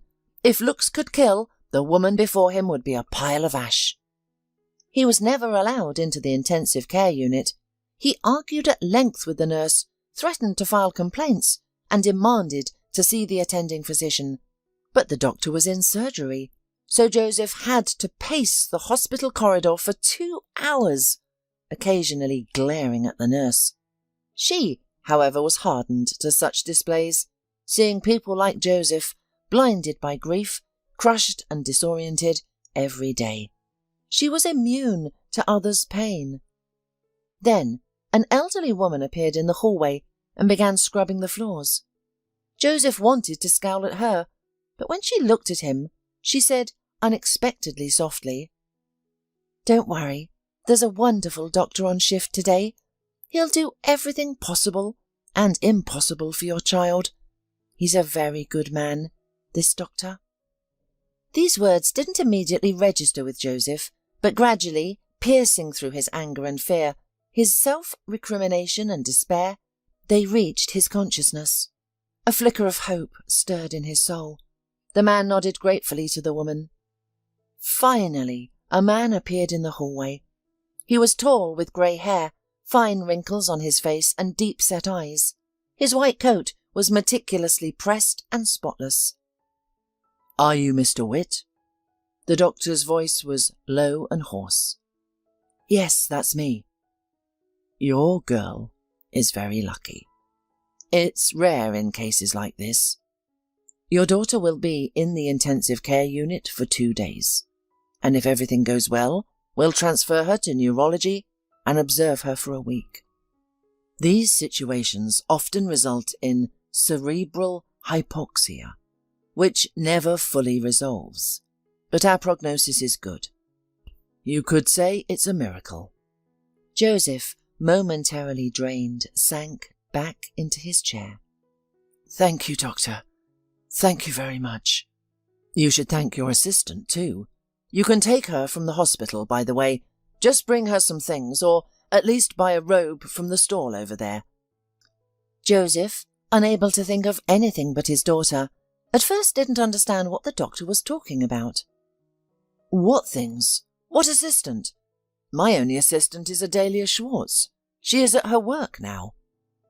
"I see. I meant the young woman who saved your hope." The doctor looked at Joseph sympathetically. "Ah, yes, thank you." A few minutes later, Joseph was holding out a bundle to Amaris Turner, feeling a bit embarrassed and confused. "I bought you some things. Here, sorry I couldn't find anything more suitable in the hospital stall." Amaris smiled weakly, shook her head, and stared at Joseph with tired eyes. "At least they're dry. My clothes are damp." "Get changed, I'll take you home." "And what about the girl?" "We're not allowed to see Hope yet." In the car, Joseph relaxed. The chills had stopped and his hands were no longer cold. "Amaris, tell me, how much do I owe you?" The girl looked at him confused. "What do you mean? You owe me?" "Name the amount. I'll pay it to you." Amaris shook her head. "You're talking nonsense. It's not even pleasant to listen to. How can a child's life be measured in money?" Tears glistened in Amaris's eyes, and her young face contorted with hurt. She frowned, looking like a wet sparrow. Just like Hope, Joseph thought unexpectedly. All her feelings are right there on her face. The thought lifted his spirits. "Don't take offence, I just want to be grateful. Amaris, how did this happen?" "Why do you need to know, Mr. Witt? Everything turned out okay." "I must know. You see, I must." Amaris didn't understand why these gruesome details were necessary. She didn't want to relive it. The motionless child on the water's surface, floating like a forgotten porcelain doll, with wide open eyes. Amaris couldn't remember how she'd gotten into the water or pulled Hope out. Her hands seemed to work independently of her brain. She performed CPR and chest compressions. People screamed around her. Adalia wailed. Some called for a doctor, others for an ambulance. I did everything automatically. My mind was blank, finally Amaris said. It all happened so fast, yet it felt like an eternity. After a while, Hope started breathing weakly, and she began to vomit. Once I was sure her heart was working, I held her and waited for the ambulance. You know, it arrived quickly, within 5 minutes of the call. We were lucky. Yes, we were lucky, Joseph repeated softly, lighting a cigarette. The car drove them through nighttime city, blanketed by an endless, starry sky. They sped past noisy cafes and sidewalks filled with tourists, despite the off-season. The scent of the sea and blooming southern flowers wafted through the open window. The faint sound of the waves on the beach mingled with the car's hum and a distant church bell. Somewhere, a violin played. Lulled by the engine's monotonous rumble, Amaris began to doze off. Are you studying? Joseph attempted small talk, though he didn't feel like it. He wanted to drop off this girl and return to the hospital as soon as possible. Yes, by correspondence. Hotel business and human resources. How do you like it? I haven't decided yet. Amaris shrugged, blushing for some reason. I guess I like it. It'll be clearer after I do my internship, though that's still up in the air. Joseph glanced at the girl. She's so young. How old is she? 22, 24? She blushes so charmingly. A go-getter and quite a beauty. But hers wasn't the trendy, glamorous beauty plastered across billboards and flyers. It was a quiet beauty, soft skin with faint veins, a slight blush, and tousled blonde hair. Since his wife's death, Joseph hadn't paid attention to women. It wasn't that he'd ever paid much attention, but now they all seemed the same to him, like cars on a factory assembly line. Amaris, where did you learn first aid? I doubt it was at the university. Took a course last summer. Dad always said you need to know how to save a life in an emergency. It's crucial to know how to stop bleeding properly, what to do for cardiac arrest or choking until medics arrive. We learned the correct responses for accidents and natural disasters. But in practice, it was much scarier.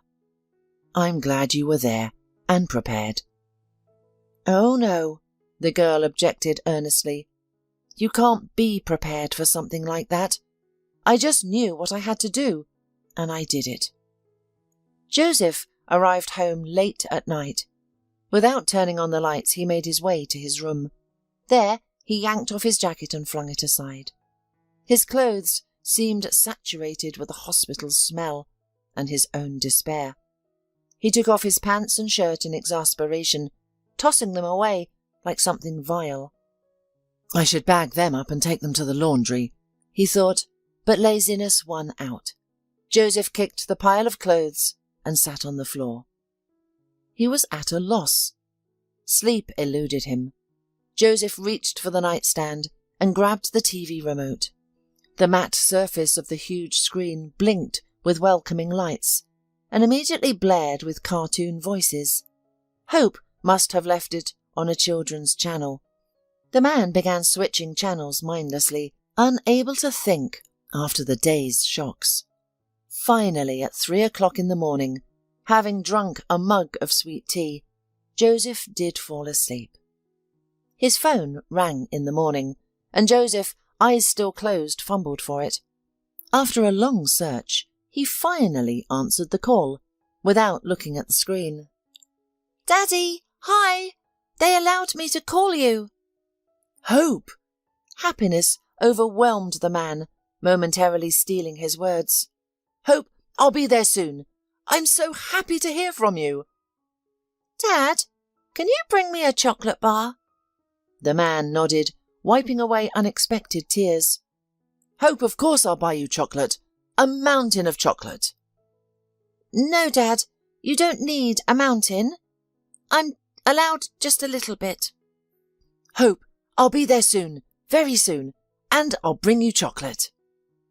When Joseph entered his daughter's ward, Hope was lying in the bed, her eyes shining with joy and childlike curiosity. Nearby lay a bundle wrapped with a colourful ribbon. Daddy, did you bring this? No. Joseph sat next to his daughter and stared at the box with interest. It's not from me. Someone else brought it. Unwrap it quickly, let's take a look.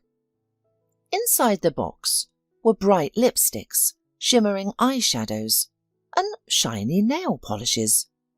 Hope, as if enchanted, sifted through these treasures, momentarily forgetting her father. He didn't disturb her, grateful to the unknown visitor for such a gift. Adelia must have decided to cheer up my daughter, and me at the same time, the man thought. Dad, when will you pick me up from the hospital? Hope asked, the smile instantly fading from her thin face. Soon, Hope, soon. The doctors say you're almost healthy now. In a day or two, I'll be able to take you home, Joseph answered, gently putting his arm around her shoulders. I want to go home. I'm bored here.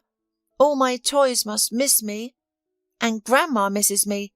And my nanny misses me too. And I haven't learned any lessons these days, Hope exclaimed, waving her arms. Joseph smiled and stroked the top of her head. Of course, Hope. I've already prepared everything for your return. Your favourite toys and bags of new ones are waiting for you. And there'll be homemade pie and strawberry compote from your grandmother. Hope put her arms around her father's neck and snuggled into his shirt. My granny makes the best compote, pies and buns in the world. Joseph felt warmth spread through him at these words. He hugged his daughter tighter and blinked rapidly, fighting back tears. Hope, I love you so much. More than ice cream? More than ice cream and all the chocolates in the world. You are my most precious treasure. Upon reaching home, Joseph worked on papers until evening, then drank himself to sleep. In the morning, Joseph lay in bed for a long time, then stood under the shower for ages and dressed slowly. The housekeeper had already knocked insistently on the door several times, offering mineral water or headache pills. Of course, the unfinished bottle of Jack Daniels and a lonely empty glass in the kitchen hadn't escaped her notice. This day, Joseph decided not to go to the hotel. He went for a walk instead. In the maelstrom of hectic days, Joseph had forgotten how beautiful the surrounding nature was. They lived where majestic mountains merged with the endless expanse of the sea. It was a land where time seemed to stop, then rush forward, a riot of colours and sounds, where you could ski and swim in the sea on the same day. A land of contrasts and diverse crowds. Only Joseph had long ago stopped noticing and appreciating it. Hello, Sonny. Why aren't you calling me? Are you doing well? His mother's call caught him on his way out of the house. Yes, Mum. How's Hope doing? The last thing Joseph wanted was to tell his mother about his problems. Mum, everything's fine. Good, because I had a bad dream the other day. Mum, how many times? All right, don't get excited. I'm just worried. And you haven't called for 3 days. And your housekeeper never tells me anything. She's definitely a Pisces. Joseph never believed in bad dreams, horoscopes, or the like. He considered it nonsense and got angry when his mother pestered him with astrological news from some fortune-teller. After conversation with his mother, Joseph wandered aimlessly through the streets and alleys for a long time, when suddenly he noticed a kitten sitting on the side of the road. It was small and defenceless, and Joseph suddenly felt very sorry for it. The kitten huddled against the curb, staring at the world with big frightened eyes. The man squatted down and reached out his hand. The kitten didn't recoil, but clung to his palm, seeking warmth and protection. Joseph looked around. There was no one nearby. Most likely the poor thing had been abandoned. Just a couple of days ago, Joseph would have walked on by. He wasn't cruel. He, just like many people, preferred not to notice. The man bent down and picked up the kitten. "Well, Shaggy, I hope I won't regret this." Joseph realized it would be a responsibility, a care, and to some extent an inconvenience, but he couldn't leave the little one on the street. Suddenly he stared at the building across in bewilderment. What a coincidence! That's the house of that girl, Amaris Turner. "Mr. Witt?" An amazed voice sounded behind him at that very moment. "Oh, hello, Amaris. I wanted to consult you. Decided to give a kitten to Hope. She's been asking for a long time, but I didn't allow it. What do you think of the idea?"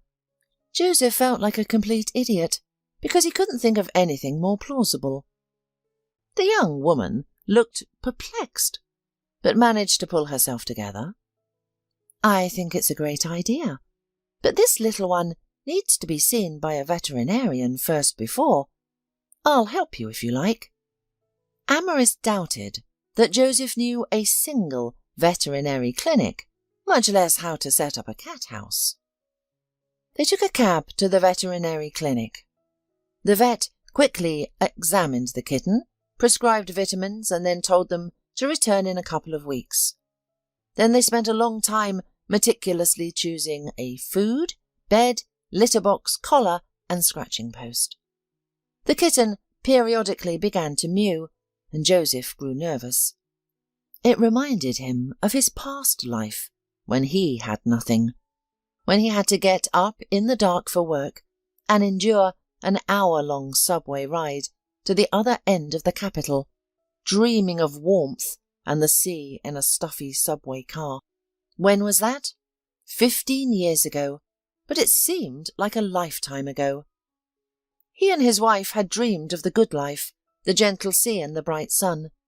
They used to admire the moon and walk hand in hand on slushy sidewalks of the city. He called her 5 times a day, and she called him 10. Everything then was simple, bright and beautiful, and life seemed very, very long. Then came Hope, their 3 kilograms of screaming happiness. Soon after, they moved south, lived by the sea, and began to build their bright future. And then everything changed. Neither the best clinics nor renowned doctors could save his wife. That's probably when Joseph lost the ability to enjoy the sun, good weather, and simple things. At home, Amaris and Joseph were met by a disgruntled housekeeper. "Mr. Witt, why do you need it? It'll climb the curtains and chew on the flowers. And fleas again." "We bought a flea collar." Joseph laughed out loud. He was in good spirits. Hope would soon be home and start squealing with joy that she now had a pet. She would carry it around the neighbourhood, call her grandmother to brag, and secretly put it in her bed so that no one wouldn't see it. He glanced at Amaris. The woman smiled too. She looked good today, fresh and rested. Her skin glowed with health. Her hair was tucked into a high ponytail, and her eyes were clear and bright. There was a different person in front of him today, and he liked that other person. Amaris wasn't trying to flirt with him. She was simply enjoying the day off, basking in the sun. "Amaris, you've been a great help. I'm a bit of a novice when it comes to pets." "Oh, I've been bringing home all sorts of animals since I was a little girl. My mum used to scold me a lot, but then we'd go together to foster another foundling." Joseph shrugged uncertainly. "You have a kind heart. Thank you for your help." He drove her home, and on the way back he realised that he liked her very much. He hadn't liked anyone in a long time, and now he liked Amaris. He considered himself too old for love stories and romantic relationships. Joseph was sure that after his wife's death, something inside him had petrified forever and would never be the same. He was wrong. It seemed that he had fallen in love with Amaris in the hospital corridor, when she sat down next to him, excited and dishevelled. "What a fool you are," Joseph said to himself. "You've got a daughter in the hospital, no nanny, no hotel manager, business trip is ahead, and you're dreaming of some romantic ramblings." But it was such a forgotten, warm feeling that Joseph gave up on everything. He couldn't focus on the road, though. His thoughts kept coming back to Amaris. She had a beautiful figure, straight shoulders, a narrow waist and smooth legs, an infectious laugh and ambition. At this thought, he took his phone and called. "Mr. Hale, I have an idea. Why don't we appoint Amaris as acting manager? It'll be good practice for her and for us." A pause to find an experienced manager. "What do you think?" "I think you're overheated in the sun. I'll call an ambulance to check if you've got sunstroke." "Joseph, what kind of employee is she? She's still green. A manager is not a store clerk. A hotel manager is responsible for the overall management of the hotel, including staff organisation, quality control of guest services, development and implementation of hotel strategy, financial and budget management, maintenance of safety standards, and compliance with the law. They also handle conflict resolution, ensure a high level of guest service, and maintain customer satisfaction. Need I go on?" Later, in the hotel, Mr. Hale paced the office and continued to argue with Joseph. "You know better than I do how much there is to know and to be able to do. How long has she been with us? A couple of months? Yes, she's good, she's promising, but that's no reason to act rashly. What about our regular customers and the suppliers? No, this is a bad idea, Joseph." "Ben, you're reasoning as if I'm going to give her a hotel. It's only for a few weeks. Let her put her knowledge into practice. I visited the university and inquired about her academic performance and character. The girl is intelligent, not confrontational, and studies well. Plus, we got a bonus from the city administration for taking on young specialists as interns." "Joseph, if you've already decided everything, why are you asking my advice?" Mr. Hale conceded. Joseph sensed his victory and immediately relaxed. He had been on edge throughout the entire conversation. "Ugh, I'm a grown man, worrying like a 15-year-old boy." Mr. Hale was an old friend of the Witts. He had served with and befriended Joseph's father. The two of them initially started the business together. After Joseph's father passed away, Mr. Hale sold his share to Joseph and retired. However, he couldn't remain idle. Boredom overwhelmed him. Yes, Mr. Hale was far from being a typical retiree. Amaris was polishing the mirrors in the fitness room when Adelia called out, "Amaris, Mr. Witt wants you." The girl was surprised. She ran through possible reasons why she might be needed, but all seemed implausible, even fantastic. Two men were sitting in the office. Mr. Hale winked at the bewildered Amaris and said, "Amaris, you're already in your last year of hotel management, and we've decided to offer you some internship with us. Go down to the personal department. They'll draw up a fixed-term contract for your paid internship. Don't worry, it's only for a month, and you can always ask Anna Olivieri or Adelia for help." Amaris couldn't believe her luck. No more searching, begging, or convincing executives to hire her. Despite her mix of joy and fear, she accepted the offer without hesitation. This was her chance for self-development and growth. That evening, Amaris went to the beach. Under the moonlight, the water seemed a bottomless void, the depths of unexplored cosmos, hiding millennia of mysteries. The surf's sound soothed her, carrying her soul to distant shores of peace and quiet joy. Ships on the horizon cast ghostly silhouettes on the sea's surface. Port lights twinkled. Amaris loved the night sea.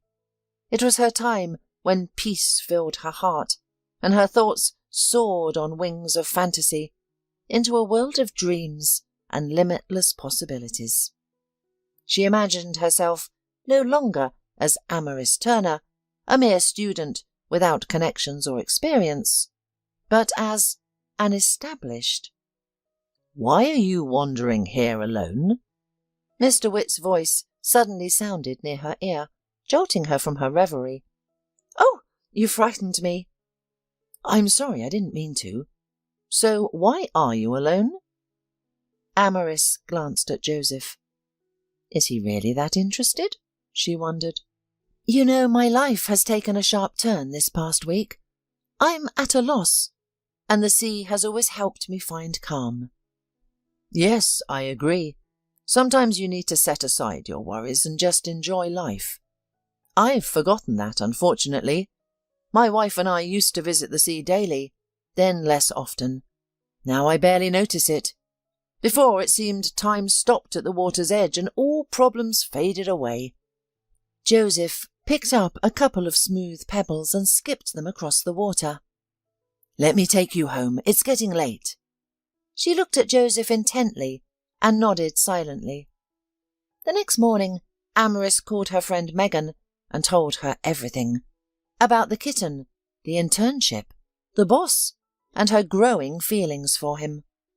They'd been friends since elementary school, cherishing their bond, calling each other almost daily to share sorrows and joys. "Megan, the worst part is that I'm flattered by his attention. I'm starting to dream of impossible things. Something I've never done before. He bought me a new phone to replace the one that got ruined. Now he's helped me get this internship. I know it's just his way of showing gratitude, but I can't stop these thoughts." Megan sympathized with her friend. Neither of them believed in fairy tale endings, especially for themselves. Amaris was convinced she wasn't suitable for Joseph, neither in status nor age. He was a mature man and her boss. What was she? Just an ordinary girl, in every way. Milan greeted Joseph with a noisy crowd of tourists and the intoxicating scent of jasmine. Narrow streets and squares bustled with life, and architectural masterpieces seemed to come alive under the Italian sun. Magnificent cathedrals and temples, ancient palaces and castles, museums and galleries. The city breathed history. On their first day, Joseph and Mr. Hale visited the Gothic-style Duomo Cathedral. Mr. Hale couldn't stop marvelling. "Joseph, you should relax a bit too. Did you know one of this cathedral's relics is a nail from Christ's cross? Can you imagine?" Joseph felt a twinge of envy. Over the years, Ben Hale hadn't lost his zest for life. He was always learning, attending computer courses, practicing yoga, and travelling whenever possible. In Milan, Mr. Hale immediately set out sightseeing, seemingly unaffected by their long-haul flight, the customs inspection, or the heat. "Ben will be here for at least 2 weeks. You'll have time to see everything." But Mr. Hale was unstoppable, embarking on excursions and outings every day. The next day, Joseph called his daughter. "Hope, it's Dad. Have you had breakfast?" Hope squealed into the phone, launching into a tale about unpalatable porridge, a strict new nanny, and a dragonfly she'd spotted in the yard. She'd mentioned her grandmother visiting and scolding the kitten. "Daddy, are you coming home soon?" "Soon, my little mouse. I'll bring you the biggest teddy bear I can find." The girl snickered, and Joseph vividly imagined her wrinkling her nose. moving her lips funnily and carefully considering her response. No, Dad, I don't need a big one. It'll be inconvenient to carry around. And I'll definitely have to show it off to my friends and Grandma. So no, don't bring a big one. Bring a beautiful one. Joseph chatted a little more with Hope and hung up the phone. He missed his daughter. He had been away for a week. After his wife's death, Joseph couldn't recover for a long time. He couldn't work, wandering from corner to corner in his office all day, smoking excessively, unsure how to continue living. Hope saved him. She needed to be taken to kindergarten and choreography classes, to collect shells, leaves and sticks for crafts. His daughter became his lifeline, keeping him from sliding into the abyss of despair he had been falling into at breakneck speed. Joseph turned on the TV, watched the Italian news for a while longer, not understanding a word the announcer was saying. Then his thoughts drifted to Amaris, taking a different direction. He felt embarrassed to admit to himself once again that he liked her. Lately, he had been thinking about her too often, even finding her social media page. Ben Hale had been right when he said Joseph's soul would definitely thaw. If not today or tomorrow, then sometime, necessarily. And he, Joseph, would again feel like he was 17, both scared and intrigued. Joseph hadn't believed it then, but now a feeling he thought he'd long been incapable of was born again into his heart. Joseph liked this feeling, but it also frightened him. He had got used to being alone. Over the next few weeks, Joseph and Mr. Hale held negotiations with the Italian Architectural Bureau, where they discussed the design of the new hotel, agreed on a timeline, discussed the budget, and made a few revisions. All the papers were signed and it was finally time to go home. Amaris was sitting in an expensive and uncomfortable for her chair, going through the morning mail. Amaris, haven't you forgotten? Today they're bringing samples of fabrics for tablecloths and napkins. Okay, thanks for reminding me, Anna. Amaris pressed disconnect with her palm. More tablecloths. Not only was she afraid of blundering or saying something stupid during conversations, but she also had to make a dozen important decisions every day. Smile, stay focused, don't be afraid. Please keep in mind everything. When she jumped into the pool behind Hope Witt, she wasn't afraid. She didn't even think. It was automatic. And now she was chickening out. It was a nasty feeling when every step seemed wrong, every decision incorrect, and every thought questioned. But beyond the threshold of the office, Amaris couldn't be weak or incompetent. She tried very hard, worked quickly, and delved into everything, doing her best to understand all the nuances and subtleties of the work. Amaris didn't allow herself an extra word or a rash gesture. And all would be fine. But Amaris couldn't get Joseph out of her head. Before, she had dreamed of a successful career, and Prince Charming hadn't had a clear outline. Now, her dreams had acquired the silhouette of Mr. Witt, his voice and his body. Joseph appeared to her as an ideal man capable of protecting his other half, someone who would understand her without words and recognize her beauty and uniqueness. In short, these were dreams of perfect relationships and romantic happiness. Of course, in life, everything was different, and Amaris understood that. Reality didn't always match fairy tale ideals. Prince Charming could turn out to be a slob who throws his things everywhere, and a pretty, elegant princess could be a domestic tyrant. Anna Olivieri had worked at the hotel almost since it opened. She was an expert of hotel business, and everyone, including Mr. Hale, knew it. Only Joseph was looking for someone else, studying dozens of resumes and diplomas. Anna was a short, chubby woman of 47. She had a symmetrical face, straight nose, high cheekbones, and well-groomed eyebrows. Her eyes were grey, clear and attentive. Anna preferred pants with blouses and jackets, and couldn't tolerate high heels, opting for comfortable and practical shoes. Anna was always as calm as a Tibetan monk, friendly and polite with guests, speaking in a clear, measured voice. Anna did her work without hurry or fuss. She was meticulous about planning her time and distributing tasks. Surprisingly, Anna Oliveri was never in a rush, yet managed everything, keeping order in her domain, and of course, she wasn't happy about Joseph's decision. Imagine putting a very young girl in charge, even for a short time. No intelligence, no imagination. However, Anna was a deeply loyal employee, and that's why she decided that the hotel's reputation shouldn't be damaged in any way and rushed to Amaris's rescue. This morning, Anna found Amaris at the restaurant. She was sitting with a sales representative who had spread out catalogues and fabric samples. Anna sat down next to her. Today she looked as impeccable as an English queen. Strict suit, light blouse, classic shoes with low heels. "Hi, Anna. As you know, we've decided to update the curtains and tablecloths."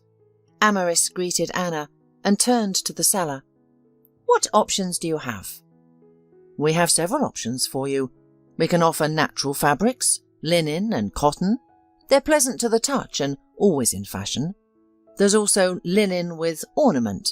It looks charming." Anna crumpled a few pieces in her hands, handed them to Amaris, and winked discreetly, saying, "It's okay. You'll learn. I think we'd be better suited with fabrics that look elegant and attractive, yet are easy to care for. Show us the mixed fabrics." The seller pulled more samples from his bag and held them out to Anna. "Blended fabrics can be a compromise between stylish looks and practicality. They combine the advantages of natural and synthetic materials. For example, polyester with cotton can be a good choice for tablecloths." "Anna," Amaris suggested, "how about we conduct a small survey among the staff? They set the tables every day and iron the napkins." Anna squinted. The idea wasn't bad. Not new, of course, but generally feasible. "Yes, Amaris, that's what we'll do." "Thank you very much. I would have been lost with these fabrics. I don't understand anything." "You're welcome. I told you I would help. We're all in the same ship together, as they say, especially since Mr. Witt is returning from Italy tomorrow." The next day, Amaris finally saw Joseph. "Amaris, you have pleasantly surprised us. No high-profile incidents, scandals or complaints. I didn't expect it, to be honest." The girl looked embarrassed. "Well, it's not really my merit. I was helped and mentored by Anna Olivieri. She's been working here for a long time and knows a lot. To be more precise, she knows everything. She accommodated the delegation from Cyprus and made arrangements with the fire inspector. I couldn't have done it without her support." Mr. Hale winked at Joseph. "Joseph, don't look for anyone else. Anna is perfect for the manager position." Joseph smiled. "All right, let it be Anna. I'll sign the order tomorrow. Mr. Hale, Amaris, don't say anything to her yet. We'll congratulate her tomorrow in a solemn atmosphere with flowers. Amaris, the personnel department will draw up all the necessary documents for your university about your internship here. Now you can rest with a clear conscience for the remaining time before classes." Amaris nodded to both men and left the office. "Joseph, we're going to have a vacancy for an administrator. We could give Ms. Turner a promotion. Young people are welcome." "Oh, great. Announce it tomorrow. Mr. Hale, to both Anna and Amaris." The next morning, Joseph was about to start working when he received a call from Mr. Hale, informing him that Anna's appointment was well received, and they even opened a bottle of champagne to celebrate. As for Amaris, she has written a resignation statement. "Why?" Joseph didn't understand. "Invite her to my office, please." Entering the office, Amaris squinted against the bright sun. She smelled pleasantly of perfume and something else tasty, as if she'd run into a pastry shop on the way in, and the spice odour hadn't yet fully faded from her hair. "Have you decided to quit?"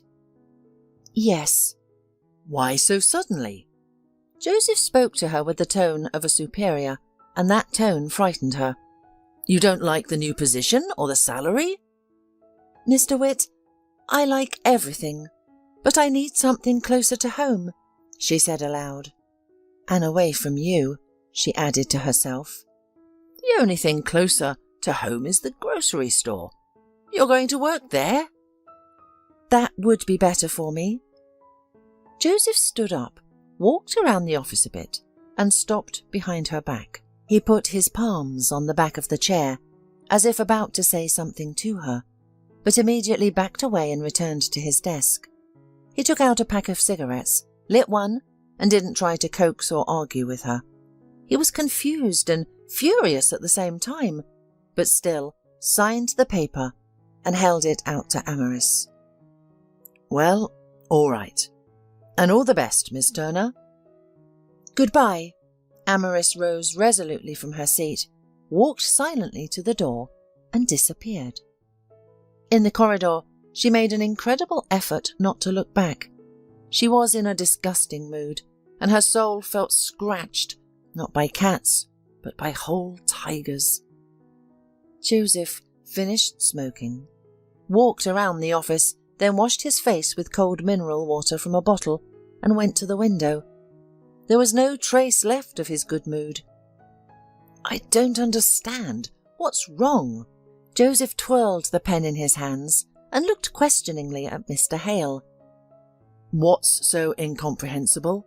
The whole staff here is discussing your affair." Joseph jumped up in his chair like a stung man. "Discussing what?" "Joseph, you are being such a baby. Everyone thinks you have a romance. How else can one explain your eccentric antics about her sudden internship as a manager here? No one believes in good things. Sorry. And you don't believe too, right?" Joseph threw down his pen and stood up. Mr. Hale brushed an invisible dust speck off the lapel of his jacket and grinned. "I don't believe it either, because I have eyes and some experience. Sure, you don't have an affair yet, but the fact that sparks are flying between you is noticeable, and not just to me." Joseph walked around the table and sat down next to Mr. Hale. Of course, he was a mature and wise man, but to this grey-haired man, he was and would remain a kid. "She quit." Mr. Hale laughed and clapped Joseph on the shoulder. "So that's why you're sitting so gloomy. So what if she quit? It's not like she went to the moon. What kind of young people are you? You like to dramatize everything." Amaris started to get ready for the interview from the very morning. "Amaris, don't fidget, or you won't get your hair done. You'll get a burn." "Come on, Megan, it's already great. I just have to be on time." Amaris glanced at her watch for the umpteenth time. "There's plenty of time before your big moment. After all, I'll give you a ride." Megan laughed and tugged Amaris's warm curl. "And don't worry, you have a good recommendation. Besides, you're not applying for a high position, just a hotel receptionist." "Done. Just a little more hairspray and—" She stepped back to spritz Amaris's hair. "You're ready. Let's go." It was hot outside, and the air conditioner in the car hummed as if it felt the heat and was reluctant to fulfill its duties. Unfortunately, despite Megan's driving skills, Amaris was late for the interview. On the way, the girls got stuck in a traffic jam, waiting 40 minutes until an accident ahead was cleared and the damaged car removed from the road. However, the interview went well. Amaris discussed her work experience, her studies at the university and medical courses, and inquired about the schedule. Confident she'd made a good impression, she said goodbye and ran into Joseph in the parking lot. "Hi," Joseph said softly and came closer to her. "Hi." Amaris blinked confused, averting her gaze as she began to blush.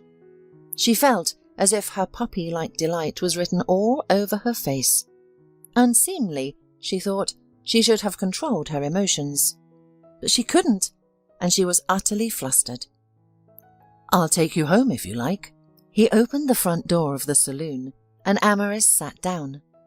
Joseph closed the door behind her, walked around the car, and sat in the driver's seat. When he closed the door, he turned to the girl, looked into her eyes, and unable to resist his attraction, he took her hand, and Amaris did not resist. They kissed for a long time in his car. Joseph, who had never done anything like this before, thought that only teenagers could act so foolishly. Not him, a grown man, a director, and generally a respectable person. But it turned out that kissing in the car was good and pleasant, and neither the cramped interior nor the gear-shift lever interfered. And then he drove her to his home. He kept kissing her and holding her tightly, as if afraid she might run away from him again. When he was nearly out of kisses, he picked her up and carried her to his bedroom. In the semi-darkness of the curtained room, they managed to knock over a small table that stood neatly in the middle. A few times, out of habit, Amaris addressed him Mr. Witt, which Joseph found terribly amusing. In the morning, of course, she overslept on her first day at the new place. She rushed around the unfamiliar room, wrapped in sheets up to her chin, red as a lobster, looking for her scattered belongings. When Amaris finally realized she would never make it in time, she sat on a high bar stool and began to swallow hot tears. Joseph, genuinely unable to understand her distress, walked over and ran his hands through her hair. "What are you so upset about?" "I don't think I'll get the job now." Her voice was full of tears. "And you've decided this is a good time to indulge in gloomy thoughts?" "What thoughts?" Amaris didn't understand, brushing away the tears that kept rolling down her cheeks. "Gloomy ones. By the way, there is much work on the coast." Joseph spoke quite like Amaris's friend Megan. "And besides, Hope and I have talked and decided that you should live with us," he added abruptly. "With me, Hope, and our kitten. If you really want to, you can get a job, but I'd prefer you to stay home and keep studying." Amaris opened her mouth to object, but changed her mind and buried her nose in the man's chest. From there, she said with a huff, "Joseph, you're a terribly possessive man." Joseph laughed and thought with pleasure, "Well, to hell with it. Yes, I'm possessive, and a tyrant in some ways, and you'll have to put up with my overbearing ways, tolerate my frequent trips, and sometimes entertain my mother, who will certainly ask you your zodiac sign. And she'll also take you on long tours around her garden, bragging about her flower bed and telling you funny stories from my childhood."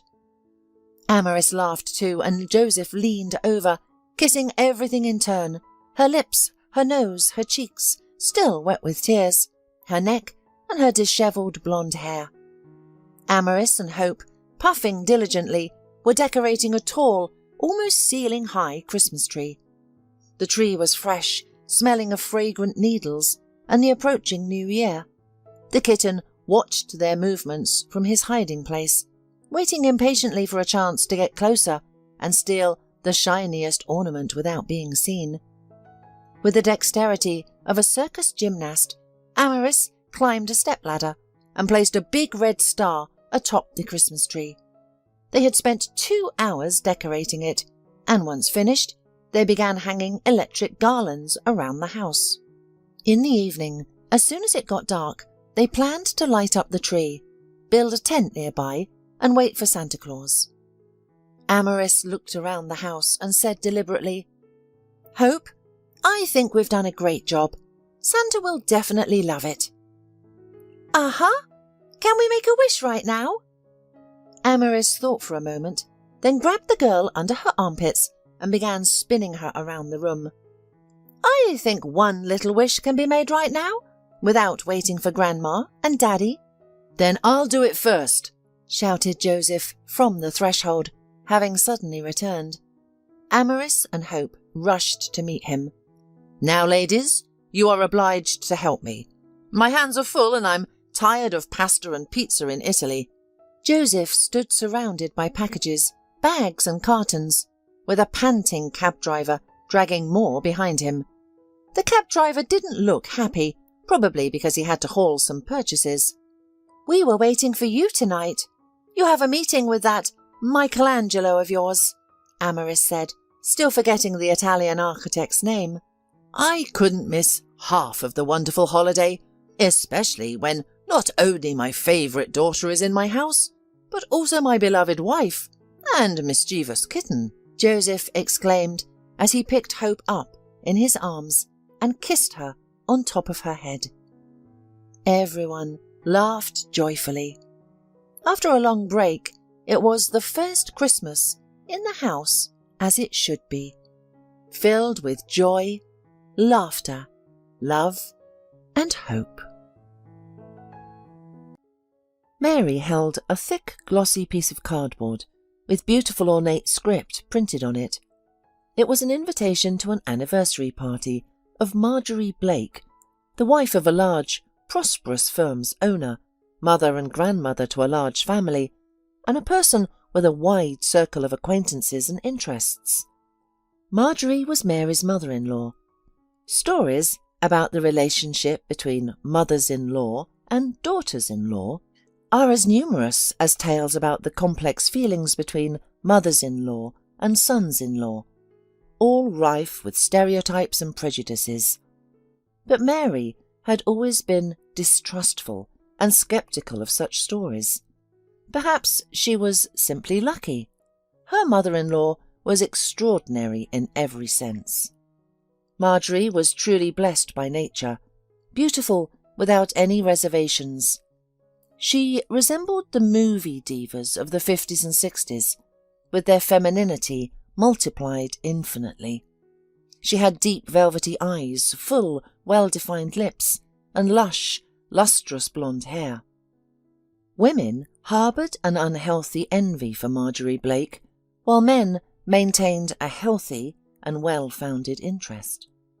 Both feelings remained strong and nearly unchanged, despite the passing years. Marjorie's decision to celebrate her jubilee, as the official invitation irrefutably proved, was, on one hand, expected. After all, turning 55 is a milestone for anyone, and the peculiar magic of having lived more than half a century affects even the most hardened opponent of celebrating life events. On the other hand, Mary knew well how Marjorie had desperately resisted her loving husband to organise a celebration. Is it really necessary to remind everyone once again how old I am? And to do it with loud music, fireworks, and a crowd of people? She had muttered. In speaking of old age, the woman was certainly being a bit coy.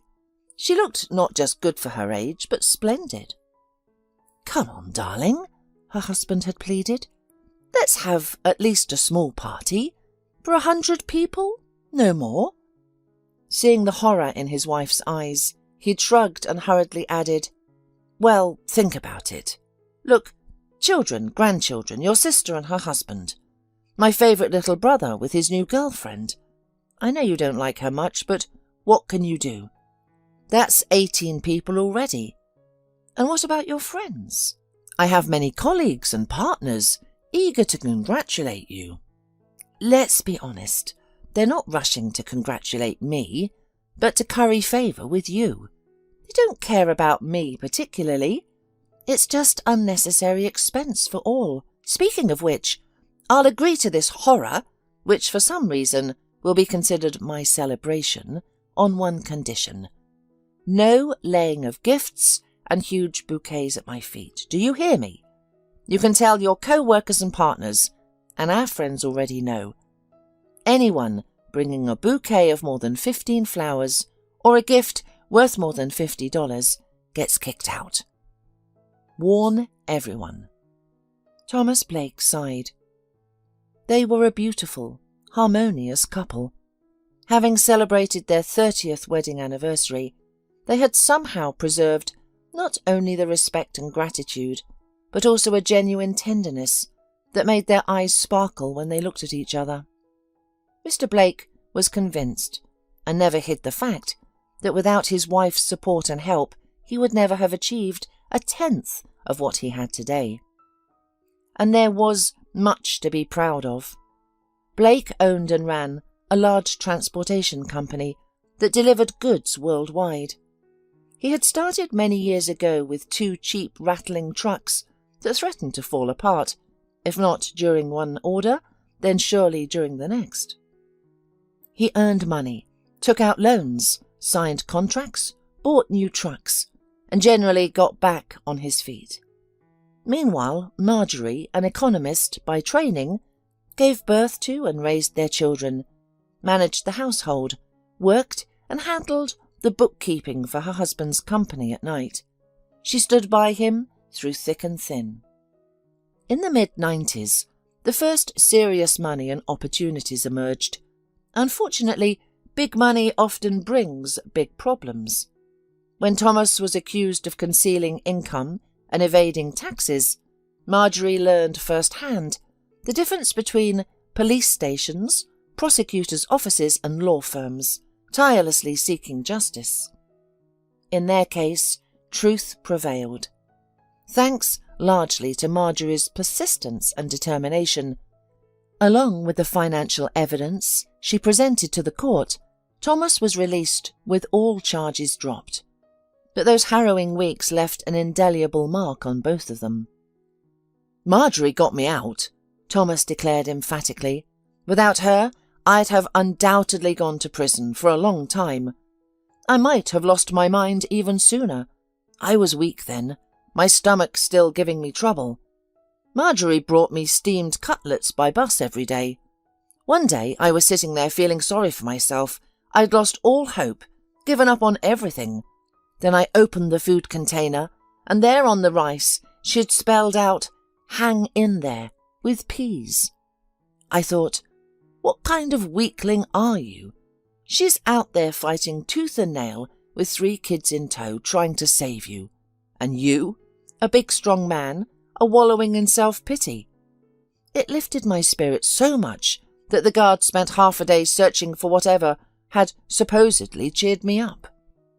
When the business took off, Marjorie immersed herself in the company's finances. Despite significant turnover, money was still tight. The family of 5 continued living in a modest 3-bedroom apartment, driving used cars with dented bumpers, and dressing in ordinary clothes. "Nothing classy," the dolled-up wives of other businessmen would say about Marjorie, barely concealing their irritation. "Have you seen what she wears? Although with her figure, she could wear anything." They could hardly bring themselves to admit that Marjorie dressed not in exorbitantly priced designer clothes, but in a well-worn yet elegant suit that perfectly fit her figure, unaffected by all her pregnancies, still looked stunning.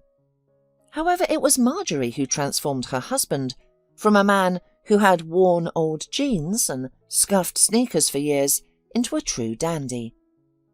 "Thomas, you're the head of the company, not some trucker," she'd admonish. "Stand up straight. No, that tie doesn't go well with that. Let's try this shirt with the grey suit. There, that's better. Now you look more decent and more suitable for the owner of the company." Through her years of effort, Thomas Blake, naturally imposing, broad-shouldered with refined features, became a man who caught the eye of women of all ages, social statuses, and professions. "Great! I've created problems for myself," Marjorie would laugh. "Now how do I keep such a handsome man out of trouble?" However, for Thomas, other women simply didn't exist. There was only one, his Marjorie, the centre of his universe, the love of his life. The family was Thomas Blake's greatest source of pride, perhaps even more so than the company he had built from scratch. Here, too, he always acknowledged his wife's crucial role. "These are Marjorie's children. I'm just the assistant." These somewhat Self-deprecating words held some truth. Marjorie raised their children, daughters Holly and Anna, sons Steve and Walter, largely on her own, despite her often unimaginable workload, sometimes rivaling her husband's. Even when the family could afford a nanny, there were no outsiders in the house. The children, to everyone's envy, grew up to be nearly perfect. "You two should write a book called How to Raise a Normal Kid If You Have Money," one of Marjorie's acquaintances, struggling with a teenage son, remarked bitterly. "It's practically a science these days." The Blake children excelled in their studies and, befitting the offspring of a respectable family, engaged in dancing, foreign languages and tennis. Steve took up rock climbing, while Holly played the violin beautifully.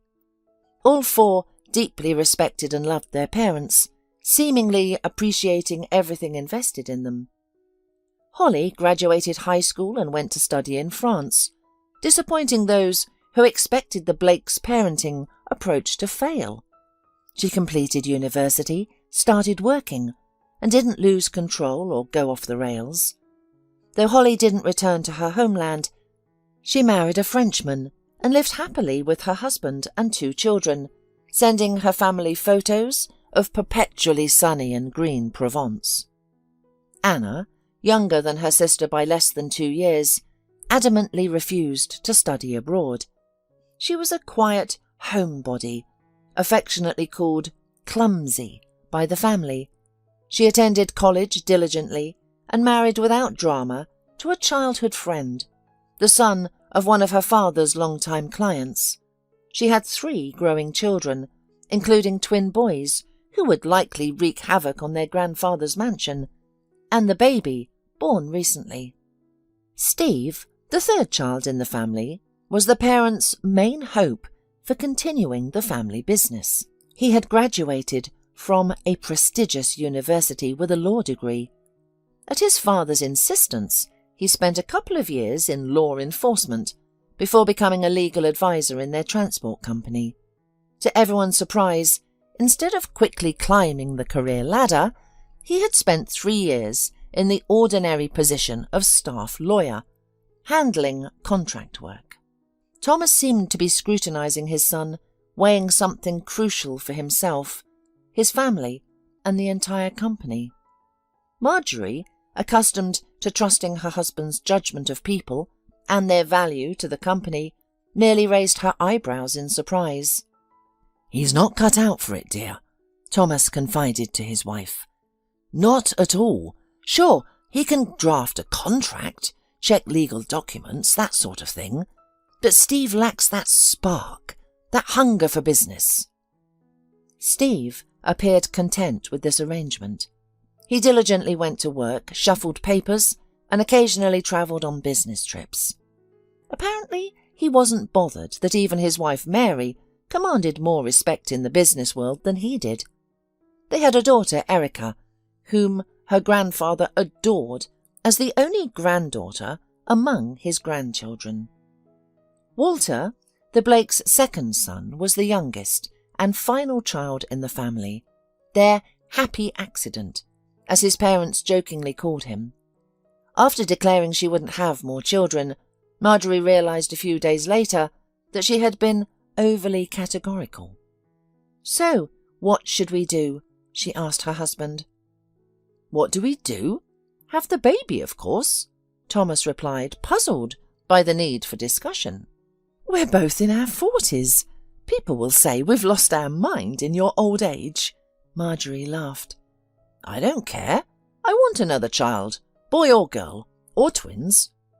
The prospective father was elated.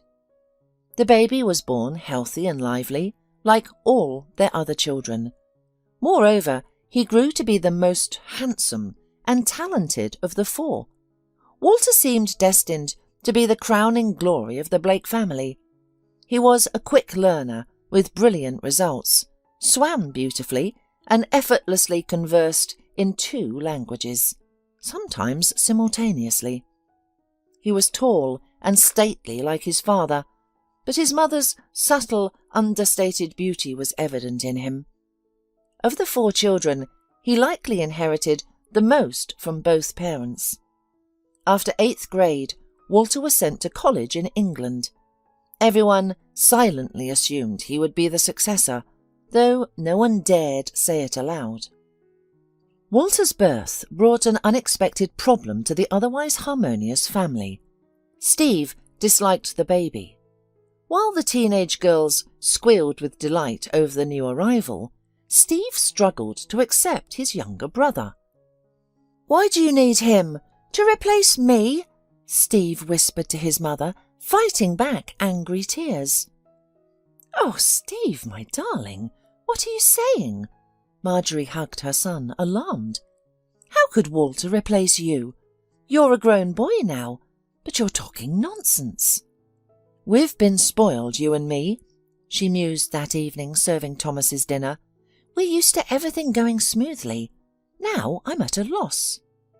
"Don't worry," Thomas declared authoritatively. "Steve will get over it. He'll adjust." Whether Steve ever truly accepted no longer being the youngest, and therefore automatically the most cherished, child remains unclear.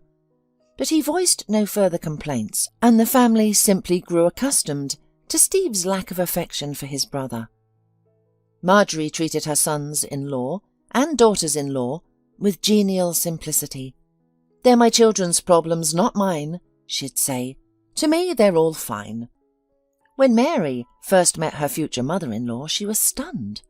"My gosh, I had no idea such women existed," she thought on her way home. Then, after getting to know her better, she stopped being afraid of the fantastic nature of this woman.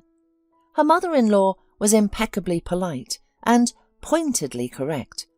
She never offered unsolicited advice, didn't try to be over-friendly, and maintained a respectful distance. It would never have occurred to Mary to attempt to befriend the queenly lady. Marjorie had been the company's long-standing and irreplaceable financial director, and a few years ago she announced to her startled husband, "That's it, I'm taking a vacation. I've calculated. You owe me 672 days of regular leave and 336 days of additional leave for the past 24 years. I'll take my holiday, and we'll see what happens after."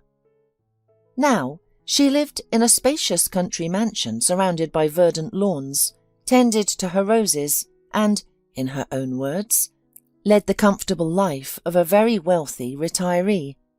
She was preparing to celebrate her 55th birthday with a gathering of close friends and acquaintances. It was still 2 weeks before the celebration, but Mary was already spinning around the mirror with discontent. "Well, I could still lose a little weight." Her thoughts fluttered like frightened sparrows. "Oh, damn, I meant to start that rice diet last month. And I need to do some exercises, squats or something." She opened the tall, mirrored closet, where a few weekend dresses hung in the corner. Mary pulled the items out, spread them on the bed, and stared at them doubtfully. Among the things lying before her, nothing suitable for the upcoming event caught her eye. No dress, no shoes, and no idea what to do with her hair. And anyway, "This is a disaster." She sat on the edge of the bed and gazed fearfully at her reflection. "I've got to call Chloe." A life-saving thought flashed through her mind, and she immediately felt relief. Chloe had been Mary's best, and in fact only, friend since childhood. They had been close all their lives, spending more time together than some sisters. Their families lived on the same stair landing, and the girls had been visiting each other's apartments since kindergarten. They didn't attend school together, though, as Mary was a year older. Despite this, Chloe, always active and a bit of a bully, was the leader of their little duo. This friendship lasted through the end of school, after which the girls went their separate ways.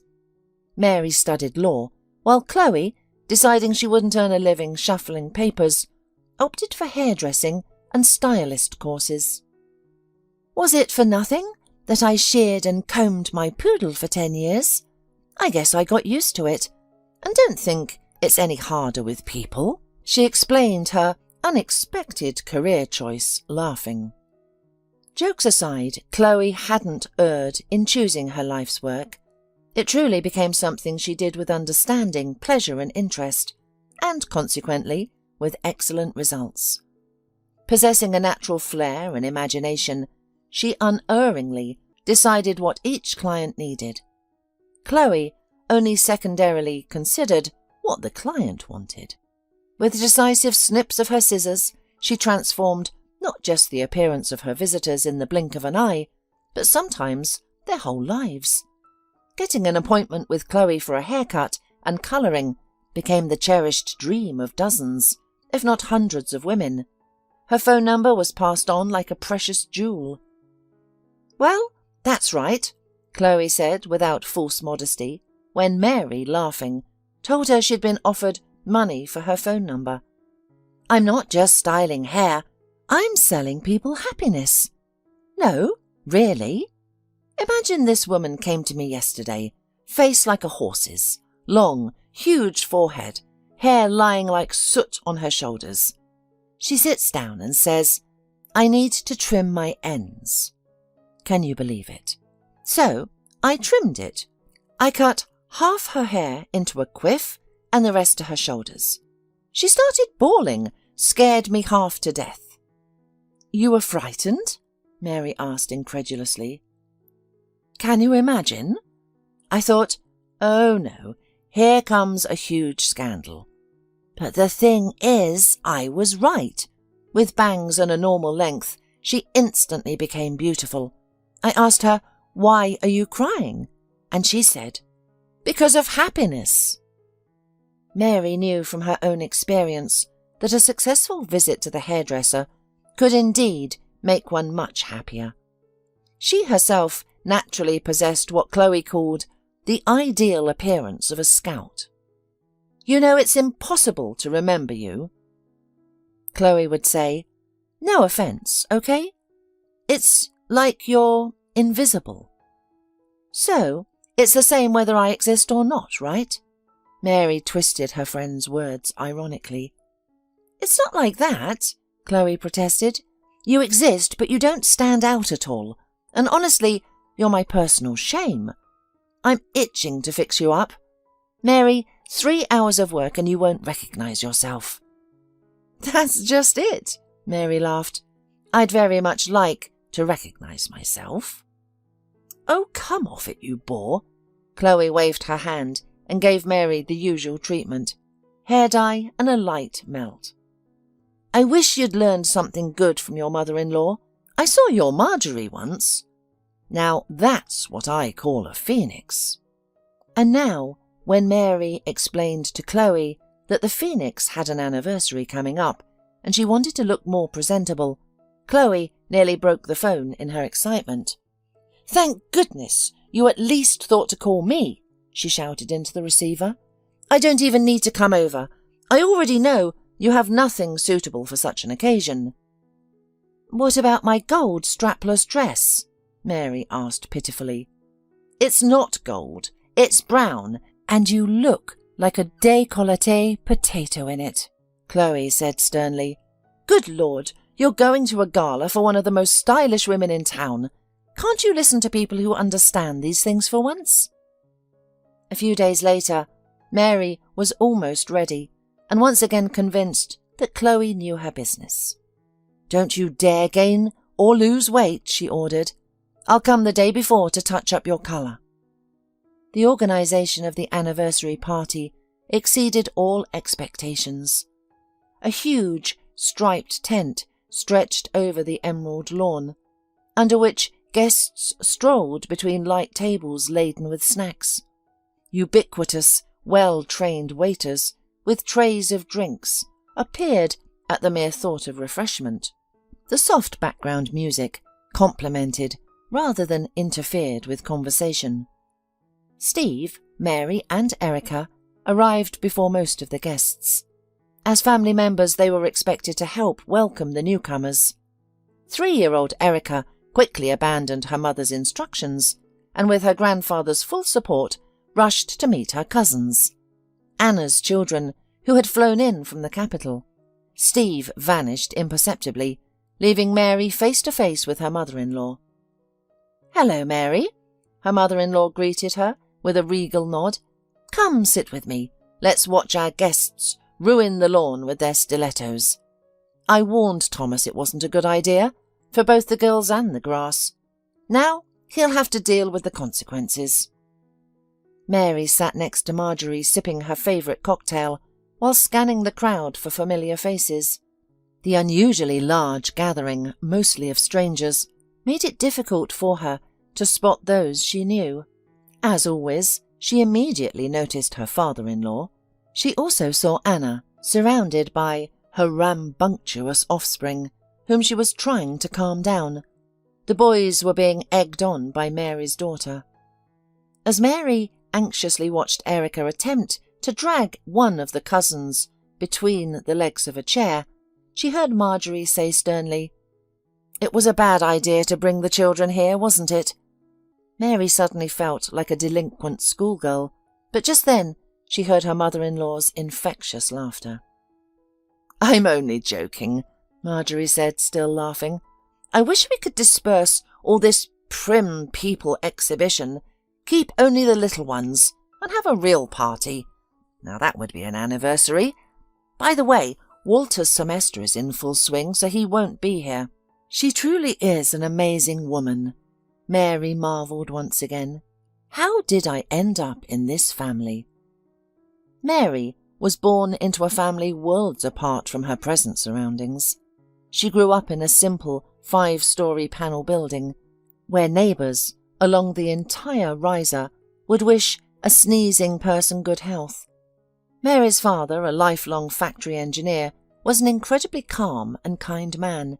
He approached everything in life correctly and thoughtfully, except for one thing, his marriage. Andrea was a sweet yet capricious creature, more than 10 years younger than John, Mary's father. This seemingly small age difference proved to be an unbridgeable gap. The young woman wasn't just younger, she was also far less mature, yet demanded tenfold care and attention. Having given birth to a daughter, she quickly realised that motherhood wasn't in her immediate plans. As a result, John became the de facto mother to Mary. Andrea's departure from their lives went almost unnoticed. Mary was too young to pay attention or wonder about it. John, of course, noticed his wife's disappearance, but, frankly speaking, had no time to dwell on it. He learned to make milk porridge and make formula. He was terrified when Mary fell ill, seemingly falling ill himself 100 times over in sympathy. He helped with her homework, while mathematics and physics posed no problem for the engineer. The intricacies of the language left him baffled. He attended parent-teacher meetings, blushing painfully under the curious stares of young mothers and the sympathetic gaze of the elderly class teacher. He learned to separate coloured laundry from white, braid pigtails, and even darn pantyhose, which Mary wore through much faster than he could buy. As Mary grew older, she became aware of the difference between her family and those around her. While single-parent families with single mothers were common, she was the only one with a single father, a label she found terribly offensive, and Mary couldn't let it go. So one evening she sat down opposite her father and placed a chessboard on the table between them. He looked at his daughter in surprise. "I want you to teach me how to play," the 8-year-old girl said firmly. So they played chess and checkers, bingo and football. They skied and skated, read books, listened to hissing vinyl records on a dying record player, cooked soups, and then merrily scrubbed the kitchen clean. John was never a single father, and Mary was never an abandoned child. They had each other, and they were happy. After high school, Mary entered the law faculty at the university. She excelled in her studies. After graduation, a man in an impeccable suit approached her, politely offering his business card. "Interesting work, I mean your diploma. And the topic you've chosen, transportation safety, is relevant to us. If you're looking for a job, we'd be glad to have you come in for an interview. We don't have any vacancies at the moment, but we'd be happy to include you in our talent pool." Mary turned the business card in her hands and sighed happily. "Well, it's not exactly a job offer, but at least there's interest in my modest, unimportant self. If only I knew who's inviting me." She hurried to her department to consult the professor supervising her thesis project. He was an experienced man who seemed to know every company in the city. "Mr. Beichel, I need your advice. I've been invited for an interview at this company," she said, handing him the business card. "Should I go? What do you think?" "Oh, you're in luck, congratulations," he exclaimed. "It's a great company. The owner's an interesting character, a self-made man, you know, the type who does everything himself. You should definitely go. Mary, absolutely." Mary's first visit to the company office left her stunned. It was like something out of a movie.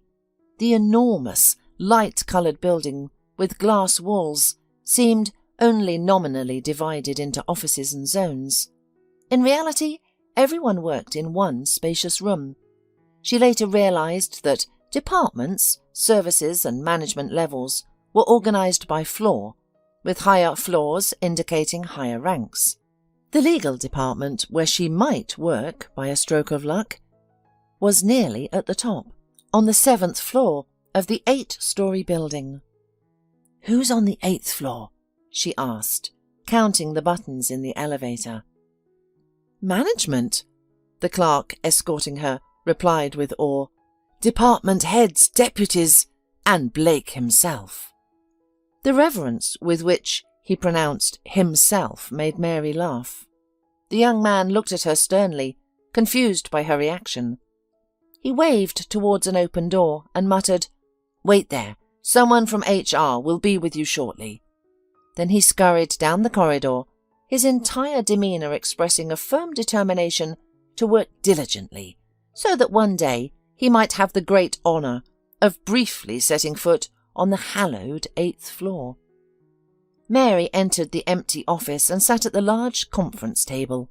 Clearly, she was meant to wait. Someone walked past, then backtracked and peered into the room. "Hello, are you expecting someone?" A pleasant, deep male voice snapped her out of her reverie. A tall, broad-shouldered man stood in the doorway.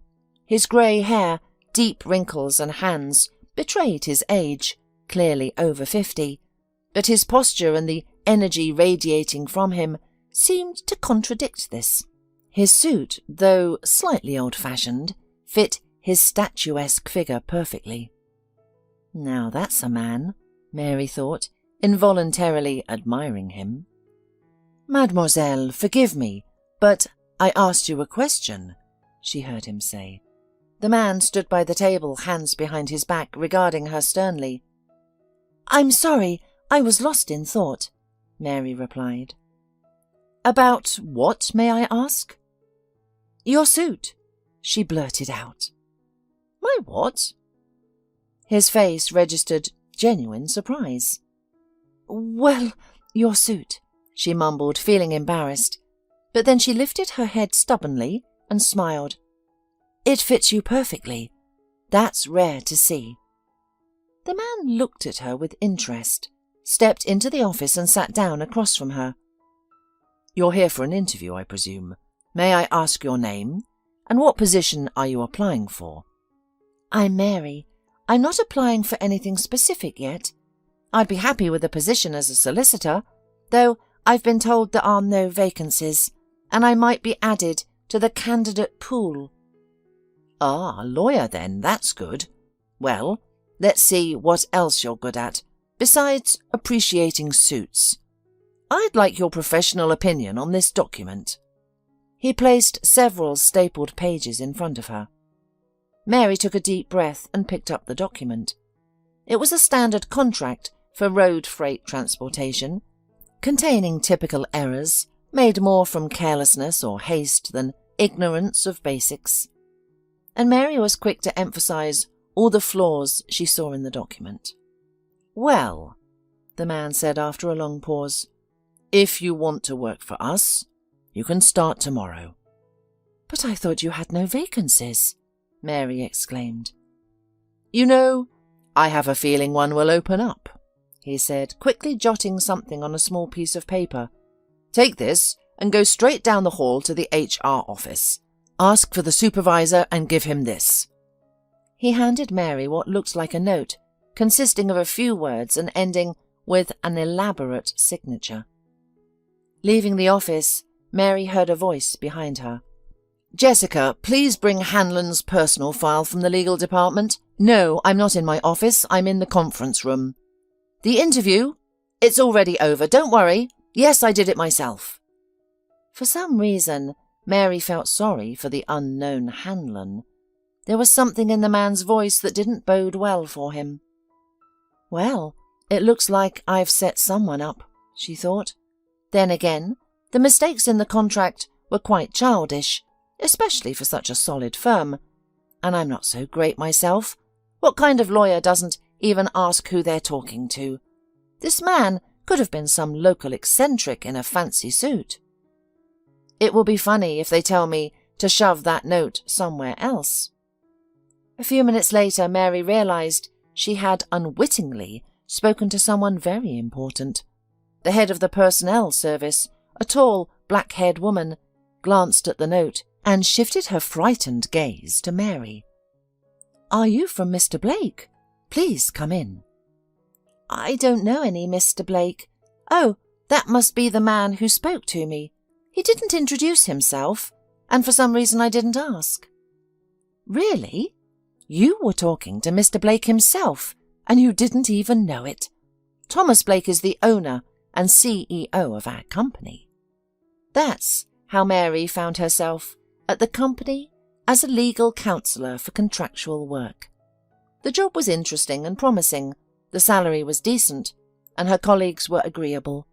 She quickly fell into the daily routine of a large office, and life settled into a quiet, typical pattern. The surprises began when Mr. Blake burst into their large office like a whirlwind. After speaking with some specialists, he suddenly stopped at Mary's desk. "So, how are you settling in?" He leaned closer, winked discreetly, and whispered, "How do I look today? Am I presentable? Is the suit up to par?" Mary looked up in amazement, smiled, and gave a discreet thumbs up. "How do you know the boss personally?" Vicky, the girl at the neighbouring desk, couldn't contain her curiosity. "He hired me," Mary shrugged. "It just happened by chance." "What a chance!" Vicky whispered excitedly. "You know, you have to take advantage of such opportunities. It could be a once-in-a-lifetime thing." "What do you mean?" Mary stared at her, puzzled. "Are you serious or what?" Vicky's eyes widened. "By the way, the boss's son Steve works here too." Gossip around the family and wealth of the firm's owners didn't interest her, but she was quite taken aback by the fact that the owner's son worked as an ordinary lawyer. "Yeah, can you believe it? Showing off, playing at democracy. Look how principled we are, keeping our son on a tight leash."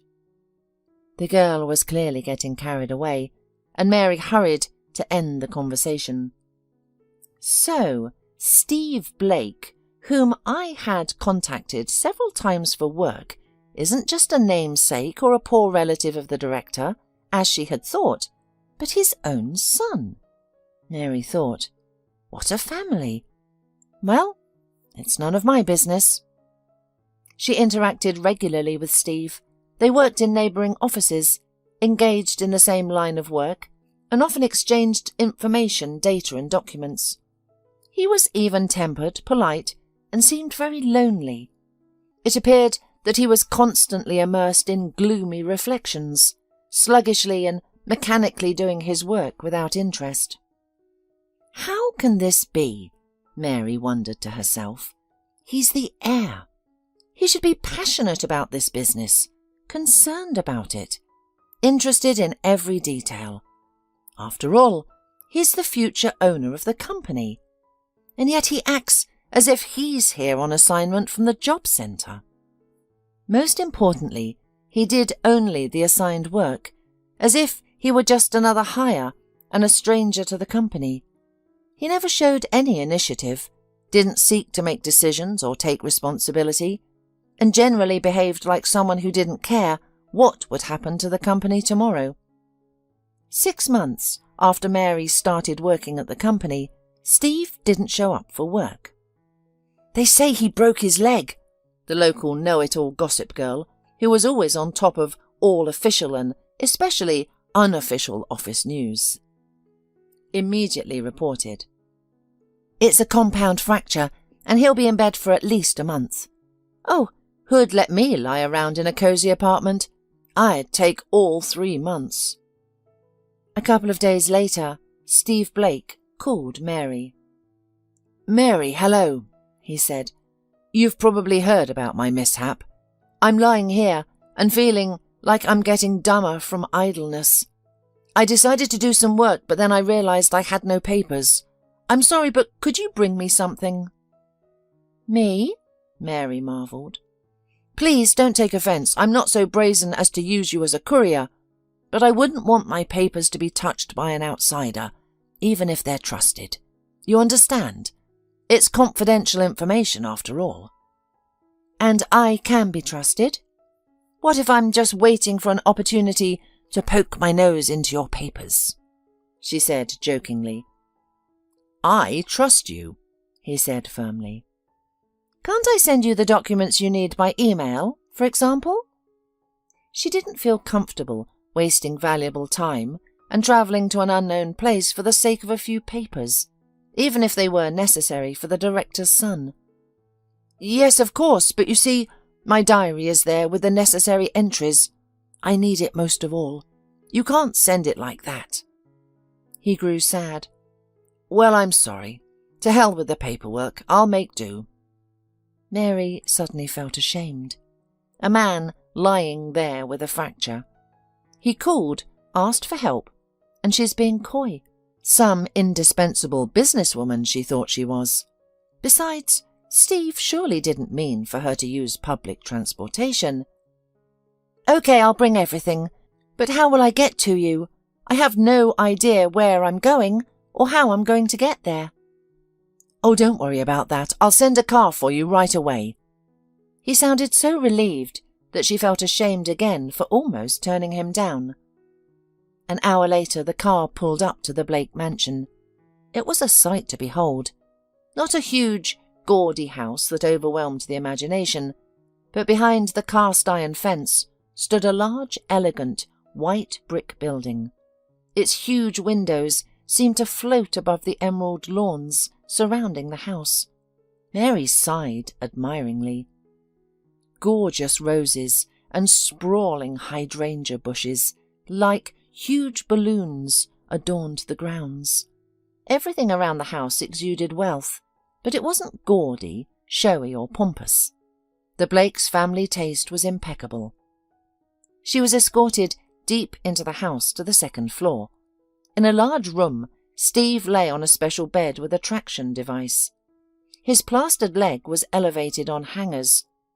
He was pale, his face overgrown with stubble, wearing his usual calm expression of boredom and indifference.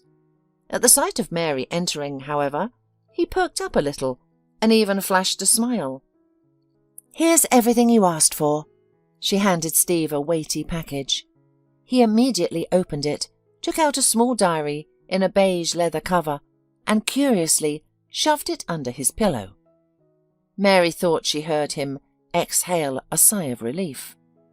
"Thank you," Steve said. "You have no idea how much you've helped me, Mary." "Oh, it's nothing," she replied. "I just brought some papers. But I've had a chance to admire your marvellous roses." "Ah, those are Mother's," Steve grinned. "She's a bit obsessed with those roses, messes with them all day long, always getting scratches on her hands. Messes with roses? By herself? Your mum? Mary couldn't believe that the wife of such a rich man was tending to the flowers herself. She had imagined such ladies spent their days in spas, with a personal manicurist for each nail. I have unusual parents from all perspectives, especially my mum. Steve smirked again for some reason. Mary found the expression on his face somewhat inappropriate for a conversation about his beloved parents. Well, Steve, get well. I should go. I might still have time to do something useful at work too. She rose from the chair where she'd been sitting. Mary, please stay a while longer, if you have time, he suddenly said. At that moment, Steve appeared so abandoned, lonely, and unhappy that she almost burst into tears. Get a grip, you fool, Mary reprimanded herself. Here's the son of a millionaire, practically the owner of a huge firm. You're standing in the middle of a mansion you've only seen on TV, and you're going to pity him. No, Mary, you definitely have a problem with your head. Everyone's gone and I'm lying here all alone, he smiled gently. Well, surely there are people to visit you? Mary asked jokingly, trying to keep the conversation going. No one, Steve sighed. You know, it's the plight of all sons of rich parents who studied abroad. All my friends are far away, and here, well, people like to befriend heirs, and I'm just a prince in a supporting role. He grinned crookedly. Mary understood little of this strange rambling. Come on, Steve. You work, and overall you're a good man. Steve started talking, became cheerful, and they suddenly found common topics for conversation. In general, when not immersed in his own thoughts, Steve Blake turned out to be a sociable, witty and interesting conversationalist. He read extensively, was erudite, and most importantly, had travelled the world and lived in several countries. Mary, whose knowledge of the world was still limited to her hometown, except for a few childhood trips to the sea with her father, perceived his stories as tales from another galaxy. Steve, seeing that she listened to him with unprecedented interest and even some delight, warmed to his subject and enthusiastically shared anecdotes from his foreign student life, cleverly weaving in the names of places of interest. They didn't notice that it was beginning to get dark outside the large window overlooking the garden. Oh, how am I going to get home? Mary said. Don't worry, they'll take you, Steve promised and called the driver. Well, thank you. I was interested to talk to you, she said sincerely. What? You? Thank you. Maybe now I won't be so sad. At least until tomorrow. Listen, he exclaimed, as if an idea had suddenly occurred to him. Why don't you come again? Well, just like that, without any paperwork, out of simple human compassion. I don't think that's a good idea, Steve. Mary looked at him uncertainly. It's uncomfortable, and I wouldn't want the company to... No one will find out anything in the company, I swear to you. He returned to his usual frown. I don't want any gossip myself. In fact, I haven't cared what anyone thinks of me for a long time. You, on the other hand, I'd like to shield from it all. Well, I'll try to visit you again. Sometime, I promise. She extended her hand to Steve and felt a strong, firm shake. I'll be waiting, she heard as she turned to leave. She had very mixed impressions on this visit. On one hand, Steve turned out to be not at all the boring bore she had imagined from her acquaintance at work.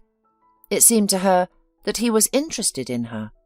In any case, for her sake, he had dropped his identity as a bored heir to the empire and become a normal man. On the other hand, there was such a huge gap between them that she didn't even want to think about any relationship other than a purely business one. And in general, it all seemed to be the whim of a bored rich boy. Mary put it all out of her head and plunged into work, and thinking about a very difficult and important issue: what to give her father for his birthday. A few days later, Steve called her again. "Hello, Mary," he addressed her officially. "I would like to remind you of the commitment you have made." "What commitments, Steve? What are you talking about?" she asked in a whisper. "Well, a promise to visit me." "I promised nothing. I said I would try." She was surprised and frankly thrown off by this unexpected call. "Well, try, then, please," he pleaded. "I'm really begging you. Otherwise, I'll just die of boredom." "Okay." She glanced resignedly at the calendar hanging on the wall. Tomorrow was Saturday, and she had very different plans. But, after all, there was basic compassion for the man. "If I get there tomorrow by 3 o'clock, will you be home?" She uttered the phrase, and only a few minutes later realized what a silly thing she had said, given to his broken leg. There was laughter in the receiver. It was the first time she'd heard Steve laugh. "You know, I probably will. So come, I'll be waiting," he said, his laughter subsiding. The next day, Mary arrived at the Blakes' house. Having already habitually sighed with admiration over the rose bushes at the entrance, she went to the second floor. Steve was still lying in the same pose, but he seemed to be a different person. He was wearing a white shirt, he was clean-shaven, and his hair, which had hung down in not very clean icicles on his face the last time they had met, was shiny and had clearly been styled with a comb and a special product. Steve smiled and held out his hand to Mary. "So, that's why Steve dressed up for today." "I was wondering what the parade was all about. He finally shaved, dressed up, tidied the room."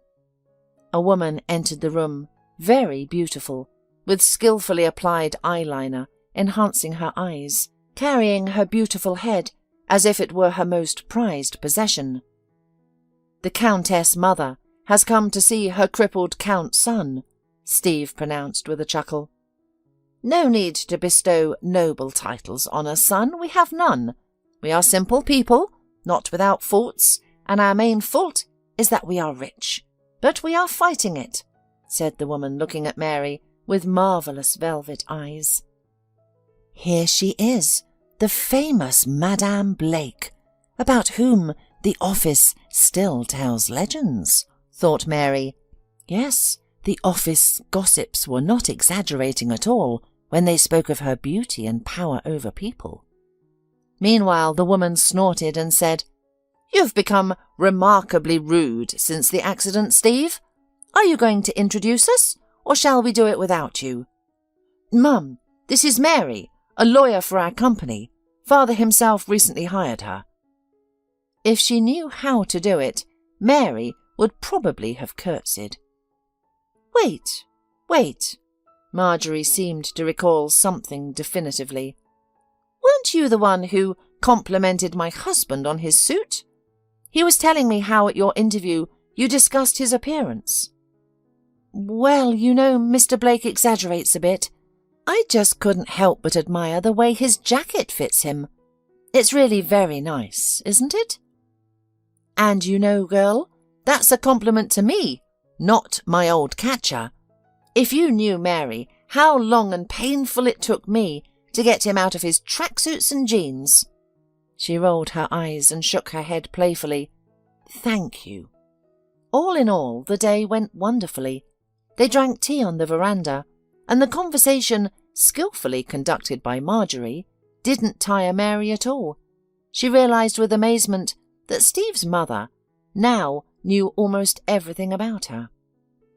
That's someone who should work for the security service, thought Mary. Then they played a game of chess with Steve. Mary beat him in 10 moves and, leaving the sick man unusually thoughtful, departed for home. "Come visit us, we'll be very glad," said Marjorie at parting, and for some reason Mary didn't have the slightest doubt about the sincerity of these words. Steve recovered and, limping a little, went to work. Some time later, the office was stunned by startling news. Steve Blake was courting Mary, the new girl from the legal department. "You're a piece of work," Vicky said in a drawn-out voice. "You pretend to be an innocent sheep. I don't know anyone and anything. And now this." Mary shrugged her shoulders and walked out of the office. "Steve," she said, looking at him very seriously, "why are you doing this? Now I'm forced to leave the company. I just won't be able to work here. Do you think I can stand all the smirks and nasty smiles directed at me?" "There won't be any smirks and smiles at you. Everyone will shut up," he said. "They'll shut up as soon as you marry me." "Is that a proposal?" Mary asked, shocked. "Yes." He finally looked a little embarrassed. "I'm sorry, it wasn't supposed to be like that. More romantic, more solemn somehow, right? Well, since it turned out this way, I want to ask, will you marry me?" "No, of course not," she exclaimed and left the office. A few days later, Mary and Steve were sitting in the living room of the Blake house in front of Steve's parents. "Mary, I beg your pardon for the way the proposal was made to you," said Marjorie. "Believe me, it was from excitement. But it's not the form that matters, but the content. I ask you, or rather," she looked back at her husband, "we ask you to accept Steve's proposal." "What?" Mary stared at the woman. "But I was sure... I thought that I would be against it," finished Marjorie's thought. "And why, in fact, should I be against it? Because you don't belong to our circle? Well, I never belonged to it either. I was just a simple, happy student. Then I married a sassy, handsome guy, and we happily ploughed along like two horses. And then an accident happened to us. We got rich. You see?" She grinned. The memories of her journey to the Blake family flashed by in a few seconds, and Mary returned to the party. Steve was still nowhere to be seen among the guests. Steve, he had become strange lately, always disappearing somewhere, endless things to do. He himself had become nervous, irritable, looking terrible. Here, against the backdrop of his father and mother's blooming beauty, it was especially noticeable. Anna, apparently, had managed to calm the children down a little, who were no longer 3, but 4, because of Erica's fidgeting under her feet. She finally saw Mary and waved to her in greeting. Anna's husband was walking across the lawn at a brisk pace, shoving several canapés into his mouth as he went. Almost without stopping, he picked up his little son on one shoulder and Erica on the other, and shouting something joyfully, ran across the grass. The twins were following, howling in 2 voices. Watching the shrieking group scare away the guests strolling along the lawn, Marjorie smiled contentedly. "Well, at last," she said. "At least someone is having fun. By the way, Mary, where is your father? He received my invitation, and even kindly told me he would come." "If Dad has promised, he will surely come," said Mary confidently, "unless, of course, something happens at the factory. And it seems that... Yes, there he is." She saw her father striding across the lawn, a little nervously but confidently, and noted to herself with pleasure that he looked no worse than most of the men present. It was only the bouquet in his hands that was disturbing. It clearly exceeded the limit Marjorie had set. "Oh, my knight," murmured the Jubilee, standing up to meet John. "You have broken out from your work to me, after all, and how good it is." "Don't worry," she added in a whisper as usual, reading Mary's thoughts without difficulty. "I'll accept any bouquet from your father, for I have no doubt of his sincerity."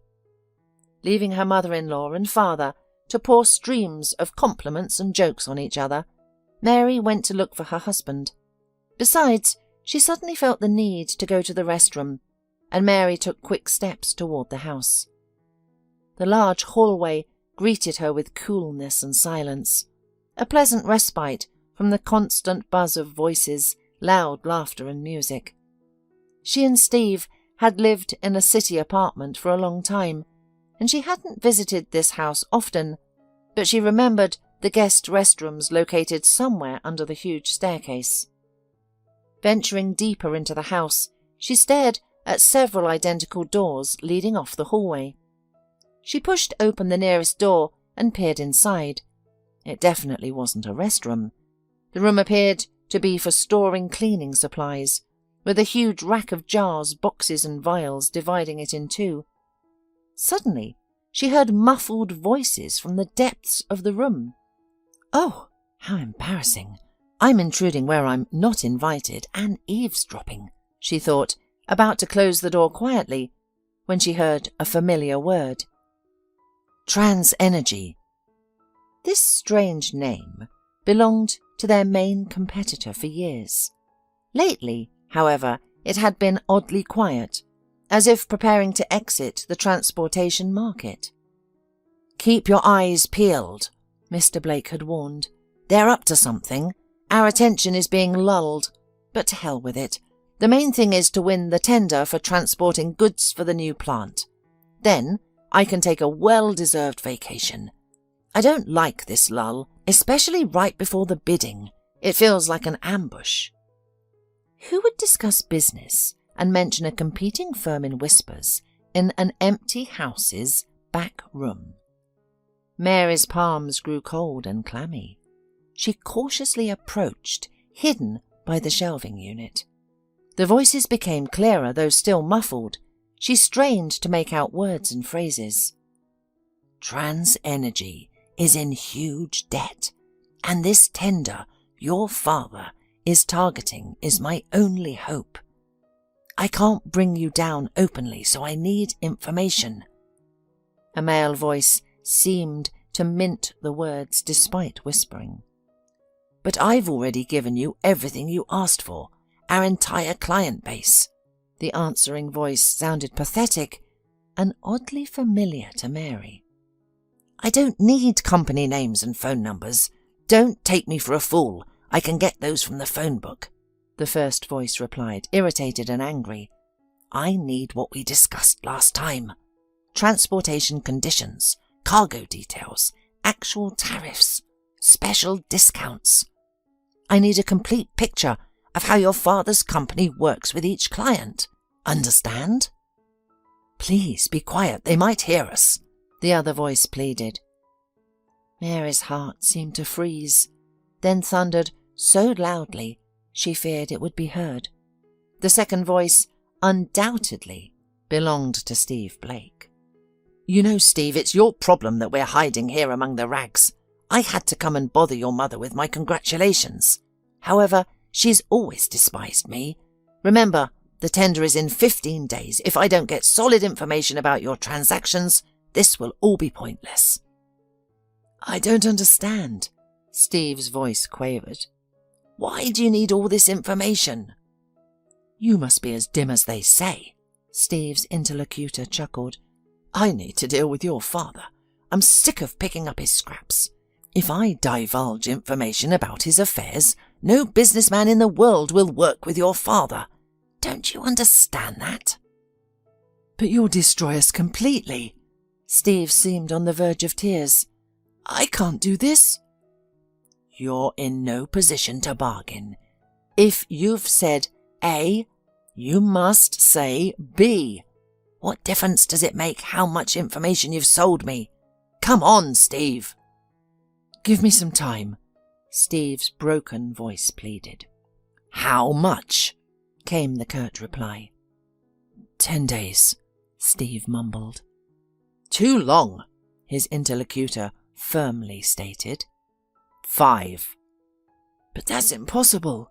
Steve's fear made him forget to whisper, but he quickly composed himself. Don't you understand? This isn't just contract data. I need to access my father's records, his correspondence. Much of it isn't even written down, it's in his head. It will take time to gather everything. You should have done this long ago, especially considering the money you've received, the man insisted, determined to pressure Steve.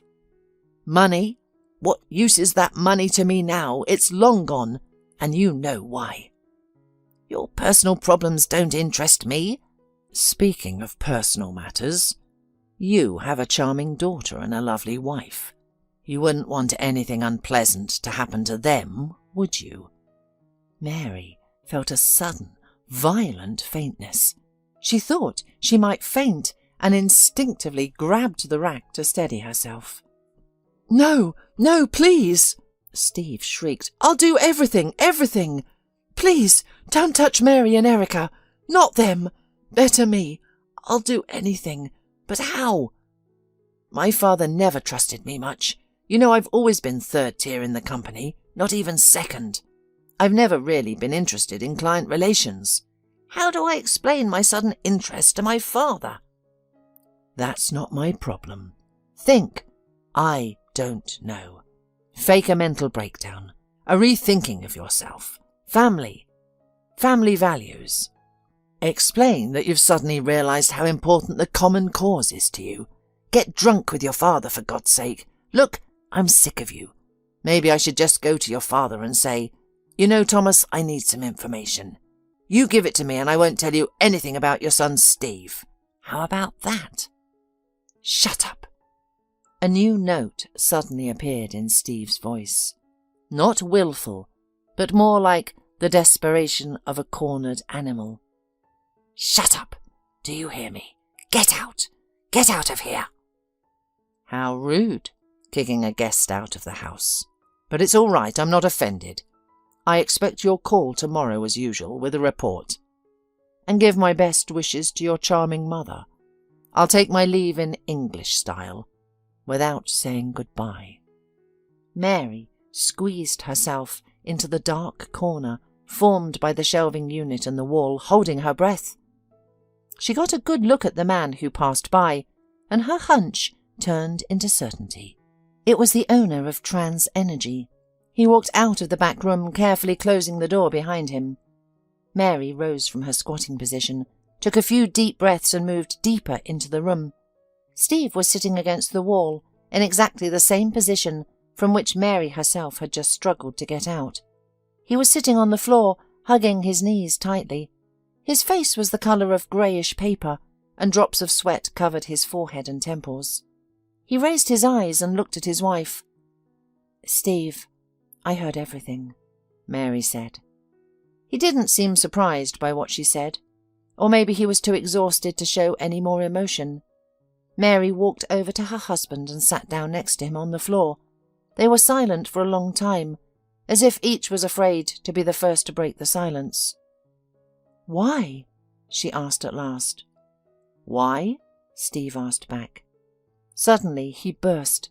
He jumped up, stood before her with a shaking chin and convulsively clenched hands. He was terrifying. Steve began to scream. Why? Because I hate you all. My mother, my father, my sisters, my brother. You! I hate you. All of you. Nobody ever gave a damn about me.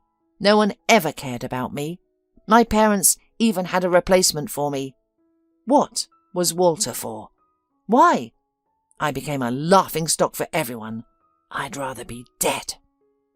It was hysteria. A real, full-blown hysteria. Mary didn't know what to do in such situations, how to help a person. Suddenly she did something purely intuitive. She straightened up and slapped Steve, which sounded like a gunshot in the small space. From the blow, or the sound, or both, Steve suddenly fell silent and shrank back. Yes, it would probably be better if you died, Steve, than betray your family. Tell me everything, Steve. Together we'll figure out how to save ourselves. We? He asked in a whisper. We, she confirmed firmly. A couple of years ago, he had started gambling, convinced that his father would never let him near the family business, and everything would be handed over to Walter when he grew up. Steve began looking for a way to get rich and prove himself to his father. Soon, the game became an addiction. He was a sick man.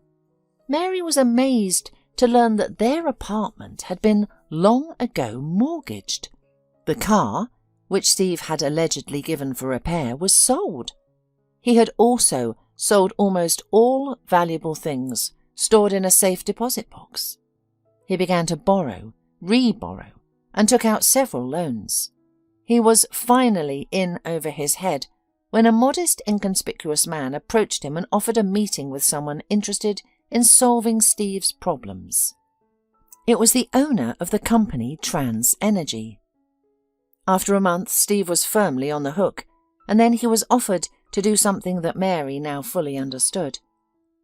"Do you realize I have no way out?" He raised unseeing eyes to her. "I'm scum. I'm guilty before all of you. I love you so much, but I don't have the right to even breathe the same air as you."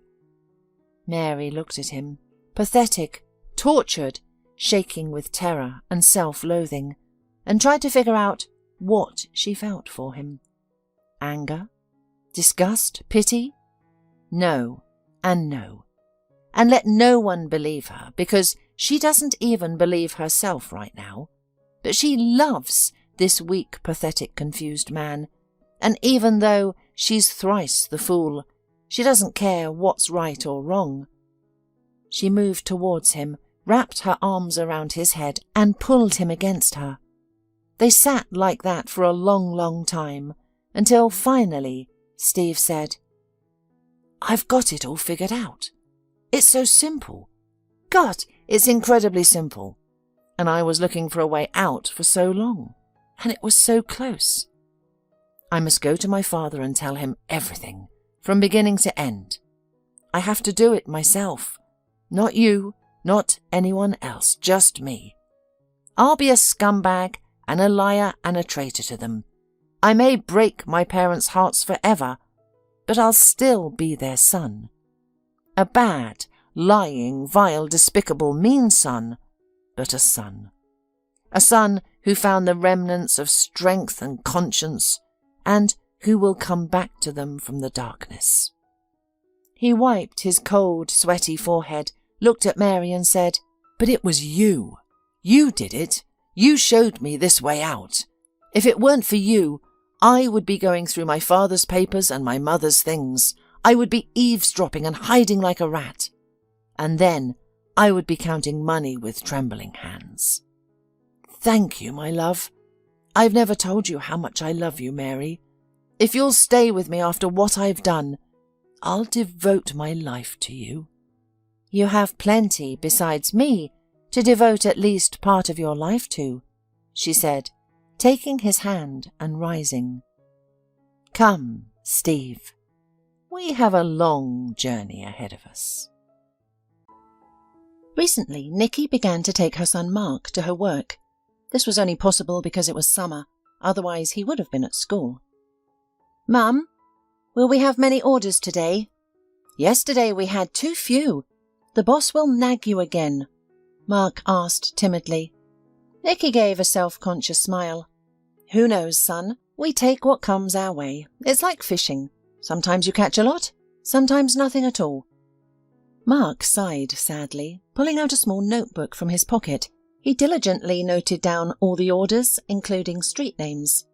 No one understood why he did this. It was his unique way of keeping accounts. At just 9 years old, Mark always sat up front in a special child car seat. Safety was paramount, although he would have been better off at home. But there was no one to look after him. Nikki had separated from her husband a couple of months ago, but they hadn't officially divorced yet. Nikki's car was hard to miss with its bright green paint, a stark contrast to the standard yellow.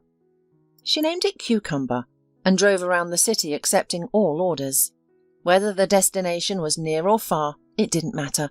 as long as the engine's steady hum was pleasing to her ears and the wheels were immune to nails and potholes. At that moment, Mark, sitting on Nicky's right, suddenly perked up and pointed out the window. "Mum, look, there's a man hailing a cab. See him with the backpack, on the side of the road." Nicky slowed down and scrutinised the potential customer.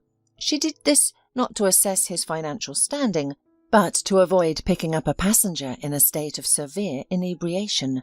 She had experiences of passengers who, intoxicated, would keep changing their destination and ultimately wouldn't have a cent on them for payment. However, this man on the roadside seemed sober. Admittedly, he wasn't dressed very well. He wore a nondescript windbreaker, old jeans and a baseball cap with a broken visor. His worn-out sneakers were in dire need of replacement. He also had a massive backpack. What could he be carrying in it? "Mum, let's pick him up. I can see he's good," Mark remarked. Nicky smiled and pulled over to the curb. Over time, she had started to trust her son's instincts. Mark had a knack for categorizing passengers into good and not so good without any errors. It was unclear how he did it. Perhaps a child's soul is more perceptive and easily attuned to the positive or negative vibes people emit. Noticing he had been spotted, the stranger with the backpack approached the car and opened the front passenger door. "Hello, sir," Mark greeted with a smile. The man froze in surprise. "Please have a seat in the back. By the way, where are you headed?" Nicky asked, still smiling. "Thank you. I need to go to the notary's office," he responded, returning her smile. "All right," Nicky corrected him. "Please make yourself comfortable. I know where it is." The man carefully removed his backpack from his shoulder, placed it on the seat, and then sat down. Nicky started the engine, noticing her passenger's peculiar appearance. He resembled a vagabond, yet he was headed to the notary's office. Life can indeed be unpredictable. On the journey, he remained calm, barely participating in conversation. Instead, he focused on his backpack, as if it contained something of great importance. Accepting his silence, Nicky slightly turned up the radio to listen to the local news. The wave of information always relaxed her and boosted her mind. Soon the notary's office came into view. Nicky parked the car in the lot and was about to announce the fare when she noticed something peculiar. Another taxi from her service had arrived. The surprise turned into disgust when her ex-husband Lance emerged from the car with his new girlfriend. Meanwhile, her passenger exited her car but asked her to wait for him, to which she agreed. Nicky knew Lance had seen her too. Her car was the only one of its kind in the city, quite noticeable. "Ah, Nicky's here. Did you bring the heir? Is he the one who inherited the ranch in the village?" Lance called out. Nicky, ignoring her husband's comment, began to clean the side view mirror meticulously. "Hey, isn't your name Johnny Tang?" Lance asked her passenger bluntly. Nicky's customer jolted and looked at the stranger in surprise. "Yes, Johnny Tang. May I ask what this is about?" Lance smirked. "Relax, I mean no harm. You were bequeathed a ranch to you in the village. Have you heard about it?" Johnny shook his head. "No, I know nothing about it. The notary contacted me 2 days ago and asked me to meet him today." "Well, that's quite surprising. But as they say, ignorance can be worse than theft." "Have you never heard of Mr. Havens?" Lance asked, amazed. "No, I haven't. I've never heard that name before," replied Johnny, his voice wavering. At that moment, Nicky felt a pang of sympathy for her passenger. He was tall and statuesque, yet unassuming and quiet. What a strange combination. Lance is just making fun of him, Nicky thought, before speaking up. "Lance, stop teasing him. There's nothing funny about this. The man is here to see the notary. What business is it of yours? And why are you even here?" Surprised, Lance raised an eyebrow. "What do you mean, why am I here? I'm an heir to Mr. Havens too. I've been taking care of him for months, along with Rachel. I have every right to his house and real estate." Nicky swiftly retorted, "And how do you know that Johnny is among the heirs? Have you already been to the notary? You just arrived." Lance smirked. "Of course I have been. And I even had time to consult. I was merely waiting for this vagabond, who is, in fact, the reason for all of this. If he wasn't involved, I would have inherited everything long ago. Instead, they spent days looking for him, until they found him living like a hermit in a shabby house on the outskirt of the town." Nikki got in the car, avoiding her ex-husband's gaze. The inheritance of her customer didn't bother her. Her priority was ensuring he was content with the cab service.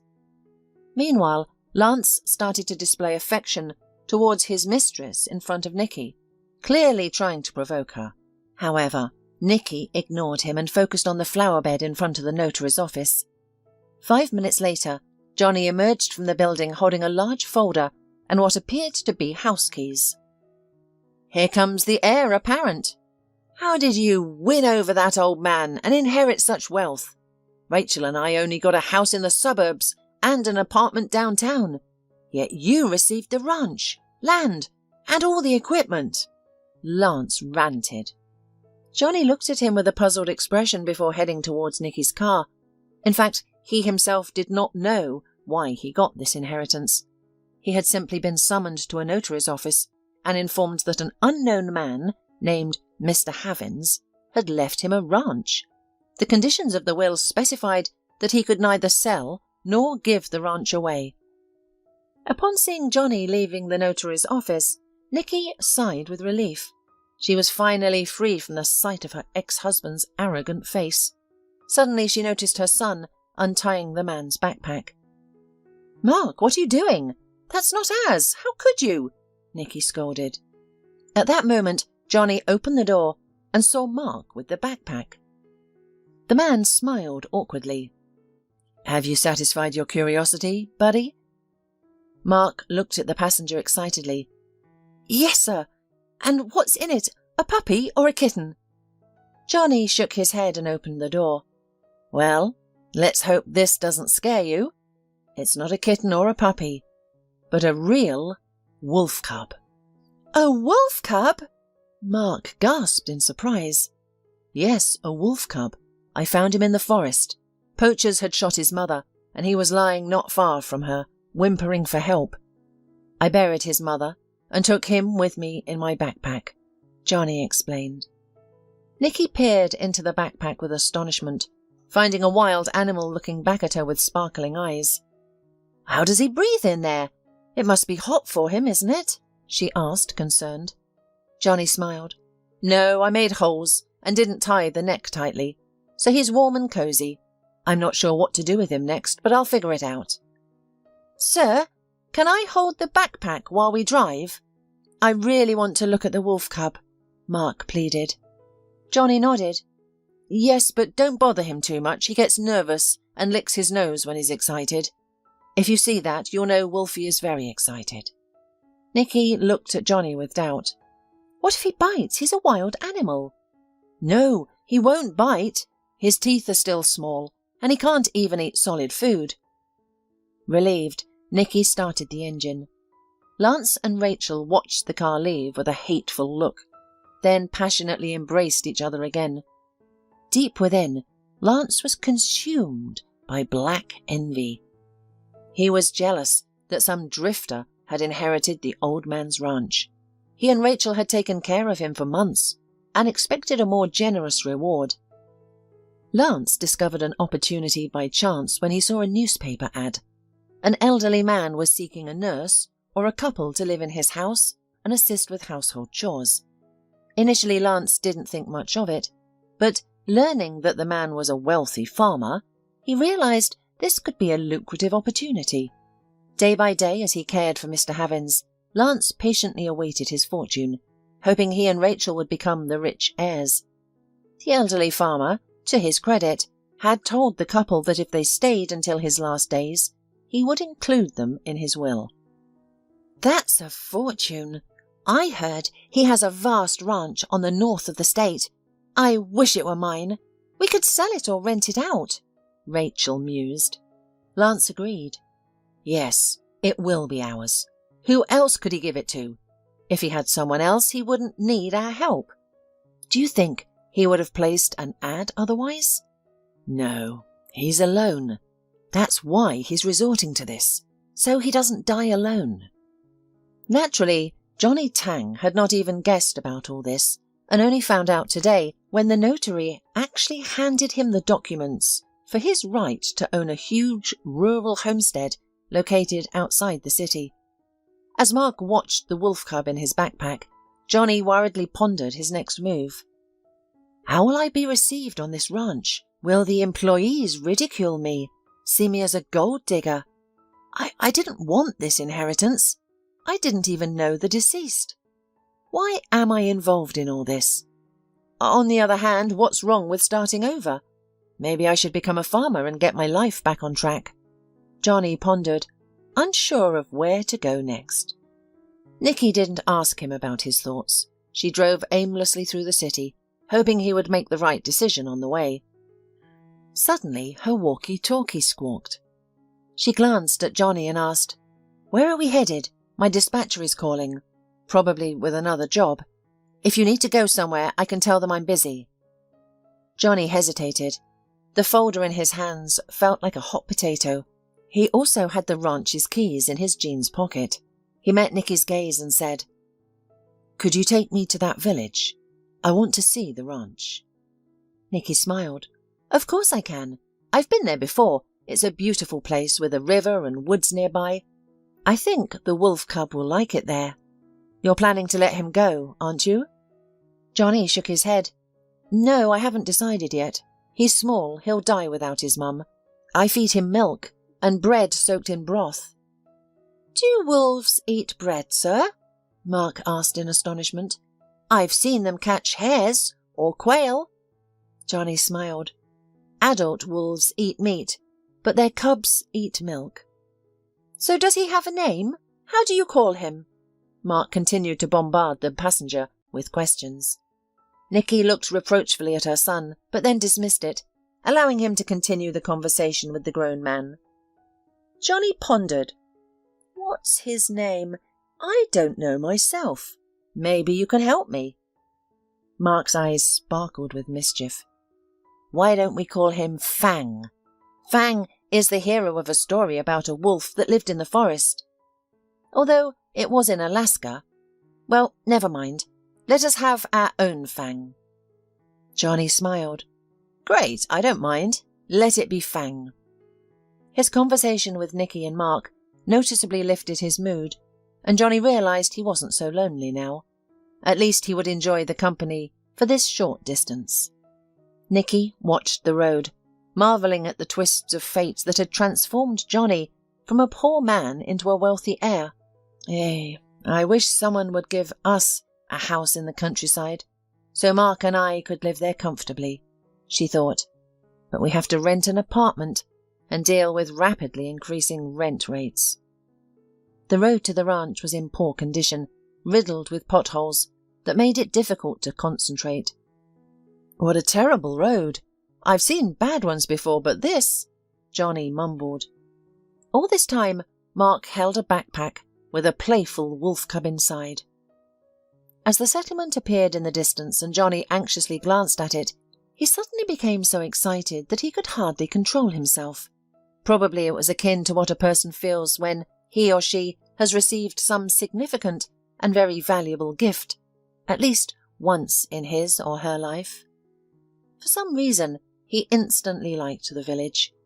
It felt as though he was an integral part of this place, a single cog in its mechanism. "I wonder where the ranch is?" Johnny asked. Nikki shrugged and decided to ask the locals. She rolled down the car window and addressed a boy playing in a sandbox near a house. "Hi, do you know where the ranch is?" The boy looked at the stranger with curiosity and replied, "A ranch? Ah, you have to go straight down this street and don't turn, and you'll come to a huge gate. That's where it is." "Thanks, buddy. Here, have a candy for your help." Nikki smiled, offering him some caramels from her pocket. The boy happily accepted the candy and immediately popped one into his mouth. Nikki drove in the direction he suggested. Soon, just as the boy said, they found themselves in front of a massive grey gate. Behind it was, presumably, the ranch.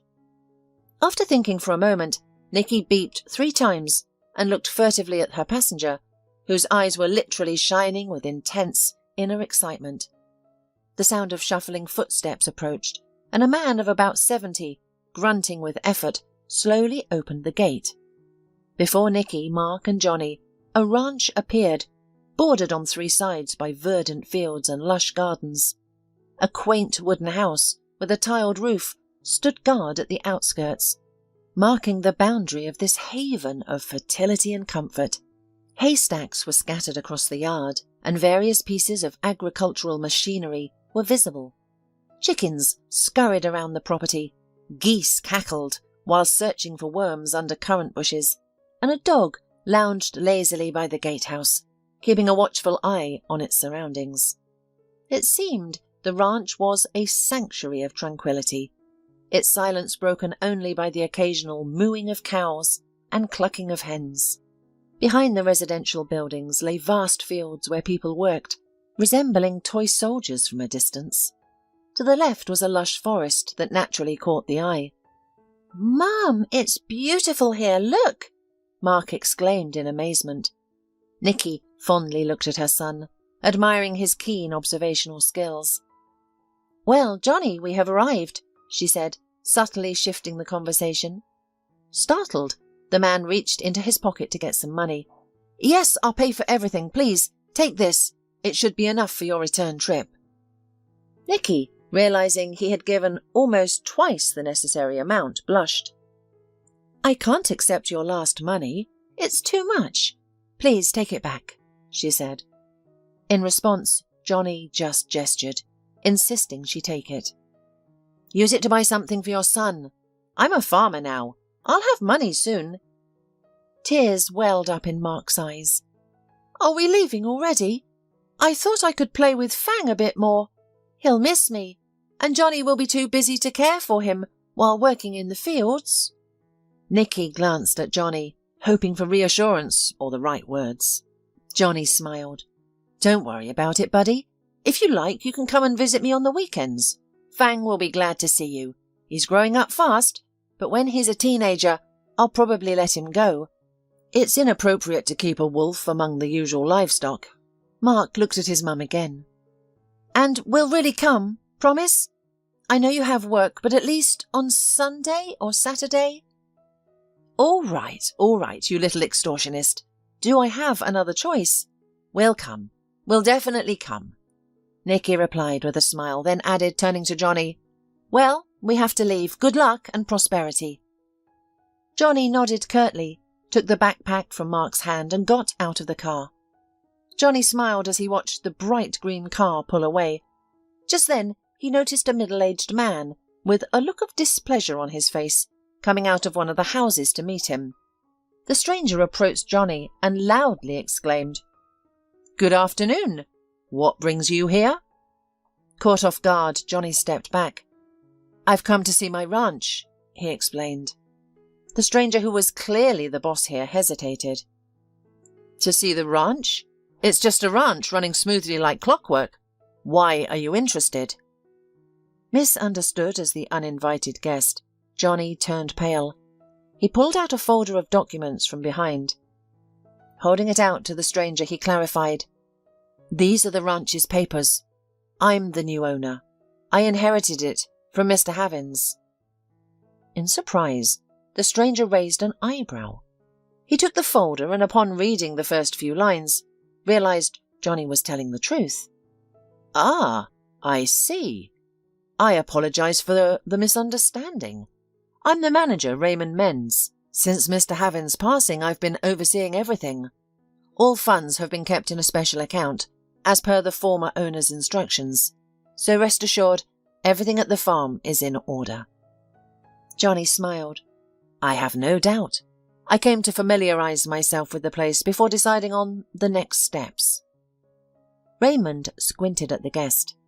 His trained eyes immediately recognized that the man standing before him had problems with money, surviving on casual wages.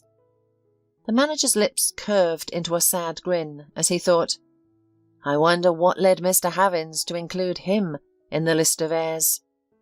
Oh, the marvellous works of God. Meanwhile, Johnny looked around the farmyard and quietly asked, "Listen, Raymond, where can I stay? I've already sent the cab back. There's no one to pick me up and I'm low on money." Raymond paused, then pointed towards a small squat building that resembled a gnome's hut. "You can stay there, in Mr. Havins' house." "Thank you. Also, do you have some milk?" asked Johnny, sounding embarrassed. Unable to suppress a smile, Raymond replied as if speaking to an old friend. "Milk? What kind of milk do you want? Pasteurized or fresh?" "Any milk is fine," Johnny responded readily. "It's actually not for me. I have this—" Raymond cautiously peeked into the backpack.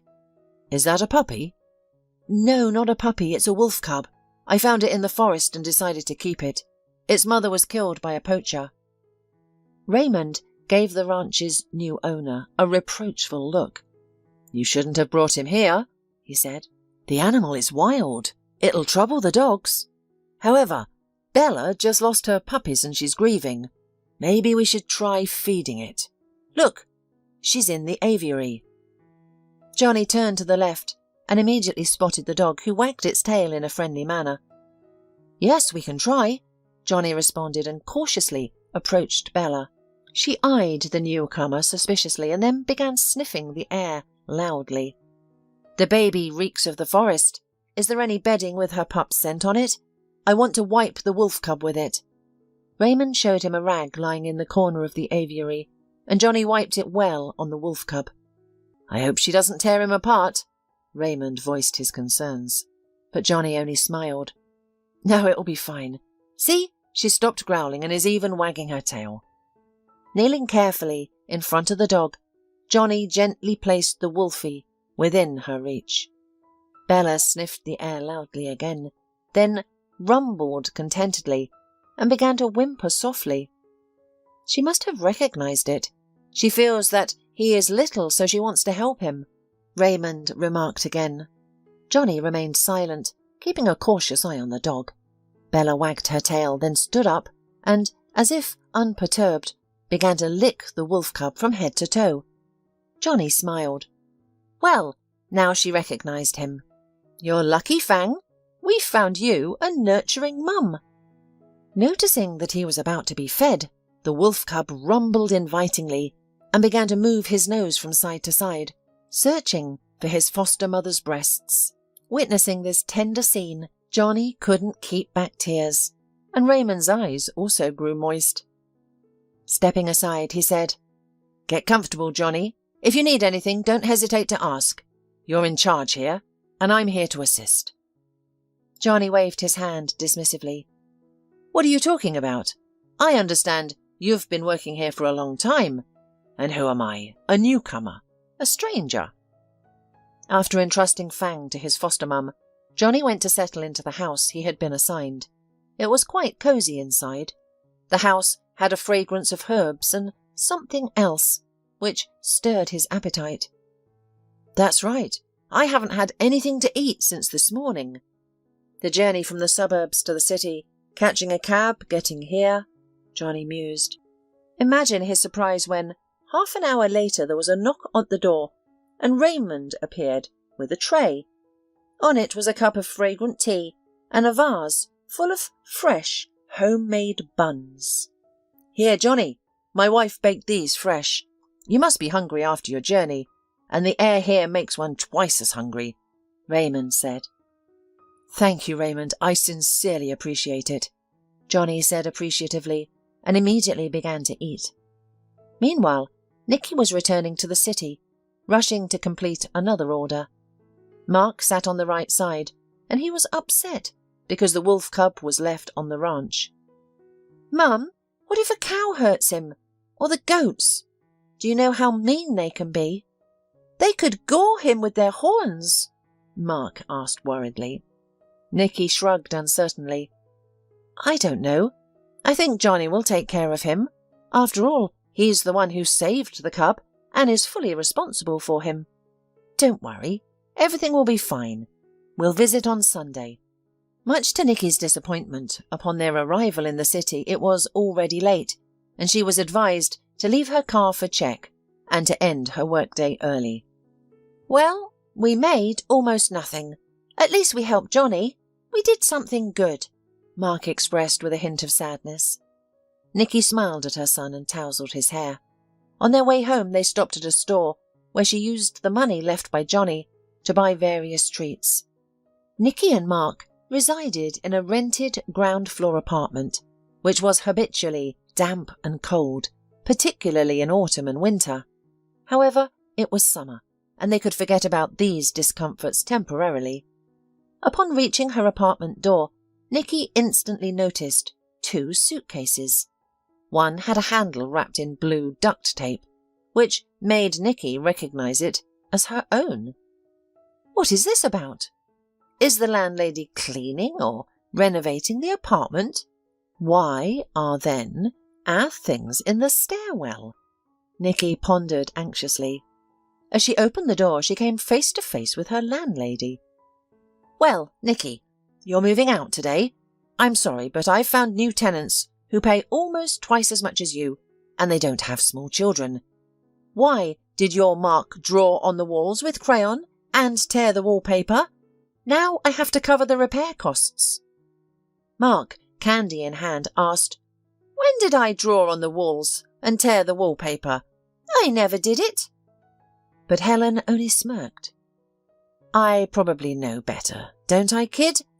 I come here every week when the apartment is empty and see the mess you've made.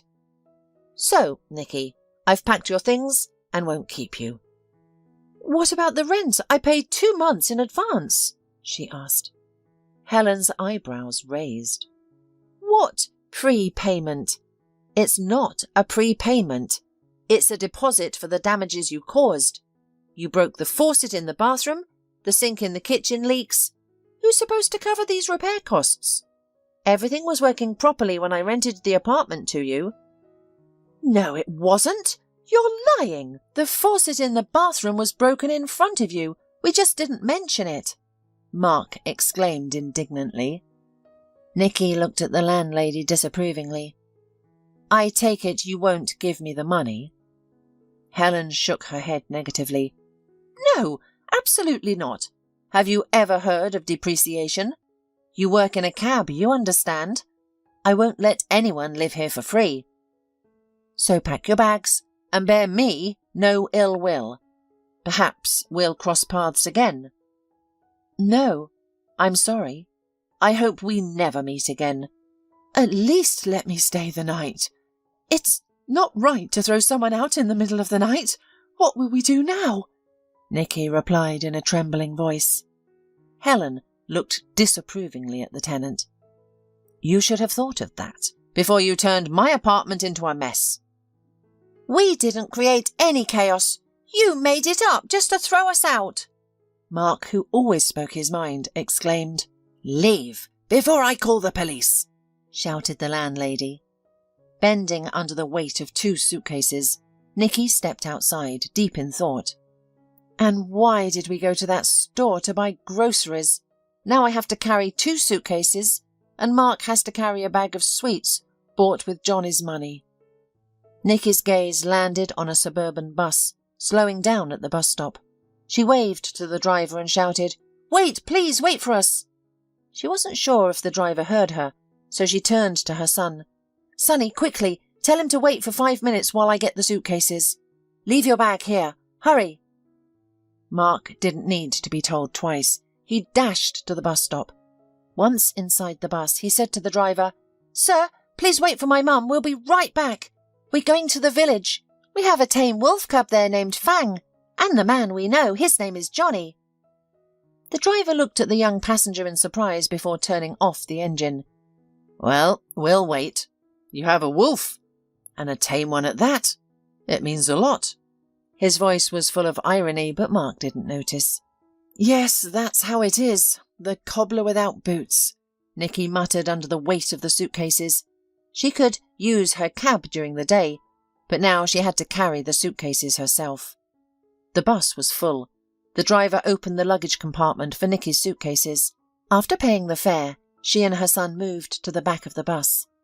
Nikki was full of concerns. She didn't know where they would live now. Before she quarrelled with Lance, she lived in his apartment, but he had kicked her out 6 months ago. Lance wasn't even confused by the fact that they raised a son together and once had made plans for a happier future. Deep down, Nikki clung to the hope that Johnny wouldn't turn them away. At least, that's how it seemed. Twilight fell over the road. The bus made its slow journey along a familiar route. Nikki felt a stirring of déjà vu. Just hours before, she had travelled the same road in a bright green cab she had affectionately named Cucumber. Exhausted from the day, Mark dozed off, clutching a bag of goodies. Nikki couldn't help but smile at the sight of him, so endearing and painfully precious. And how did it happen that his own father didn't care about him? She wondered sadly. Lance, however, was unbothered by the presence of his young son. He lived for his own pleasure, never considering anyone else. Nikki chastised herself repeatedly for choosing to tie her life to such a man. But who could have predicted that the charming man she met would turn out to be so irresponsible and deceitful, caring only for himself? The road seemed to stretch on endlessly, the grey bus continuing its journey. As they neared the needed village, the bus emptied, most passengers having alighted at earlier stops. To Nikki's dismay, she found herself alone at the final station. As she was about to ask the driver to open the luggage compartment for her suitcases, the driver offered, "Listen, where do you need to go? If your destination is close to the highway, I can give you a ride. Why do you have to carry all these suitcases?" Nikki's eyes lit up with hope. "Can you take me to the ranch? There's a big gate and it's not far, about 1 kilometre approximately. I'm actually a cab driver. I was here earlier today, but my car's in for diagnostics now, so I'm left without wheels." The driver smiled. "Of course. What are you talking about, colleague? We'll be there in no time." Mark, drowsily sitting in the back of the cabin, didn't even notice when they turned off the highway and onto a dirt road that led to the ranch within minutes. "Well, here we are. Do you want me to honk?" the driver suggested. Nikki nodded. Instantly, the quiet evening of the sleeping village was broken by the loud honk of the bus. The gate was opened again by an elderly man who seemed to be the ranch's watchman. Squinting, he asked Nikki, "Are those your suitcases?" His gaze followed the departing bus.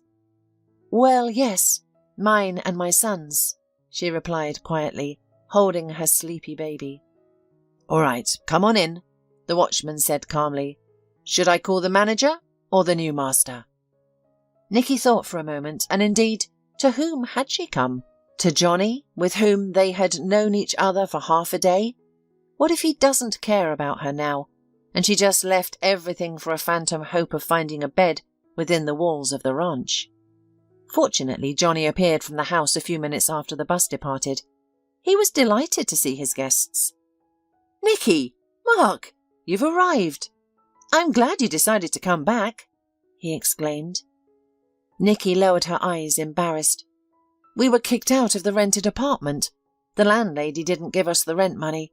I paid 2 months in advance. And she charged us some kind of amortization today," she responded with evident resentment. Johnny sighed sympathetically. He wondered where he could house Nikki and Mark. They couldn't all live together in the house. What would people think? "Please forgive me, Johnny, for coming at such a time," she said on, trying not to cry in front of him. "I really have nowhere to turn. I can't spend the night on the street." Johnny looked at her with undisguised tenderness and kindness. "Don't worry about it," he said. "I'll definitely think of something. Now let's go. I'll introduce you to my friends. They're good people and will help. You've helped me so much today. I was on that highway for an hour and a half, trying to hitch a ride, but nobody stopped. They probably thought I was a hobo." At that moment, Raymond emerged from one of the buildings. Seeing a young woman with a child, he frowned. Coming closer, he introduced himself politely and cautiously inquired about the situation. After listening to the confused story, the manager readily stated, "I think there won't be a problem with accommodation. You can stay in that house over there, the one with the red roof. That's where the maid used to live when Mr. Havins was still alive. The house is now empty. I'm the only one left here, along with some local workers, but they sleep at home with their families." "Thank you so much. We are truly grateful to you," Nikki said, wiping away a tear. At this moment, both Raymond and Johnny felt uncomfortable, as if they had intruded upon something deeply personal. "Johnny, where is Fang? Why can't I see him anywhere?" Mark anxiously asked, still rubbing his eyes after a sound sleep on the bus. Johnny smiled. "Here he is, my friend. He's sleeping in with Bella now. She's like a new mum for him." Mark's eyes widened with surprise. "He's with a dog? But he's a wolf, and dogs are wolves' first enemies. I've seen it in movies and documentaries. Wolves and dogs aren't comrades." Raymond hummed understandingly. "On TV, wolves and dogs aren't comrades, but it's different in real life. Hunger can drive strange alliances. If you're hungry, you might even form unlikely friendships. Bella lost her puppies because they found new families. She was grieving, refusing to eat, but when they put a wolf cub with her, she became entirely different, tender, affectionate, constantly licking the wolfie." A sweet smile played on the boy's lips. "Wow! It's great that Fang found his mum. Sure, a foster mum is better than your backpack." Johnny looked at Nikki and couldn't hold back his laughter. Raymond, meanwhile, held the house key, which he handed over to the young mother. "Here, take it.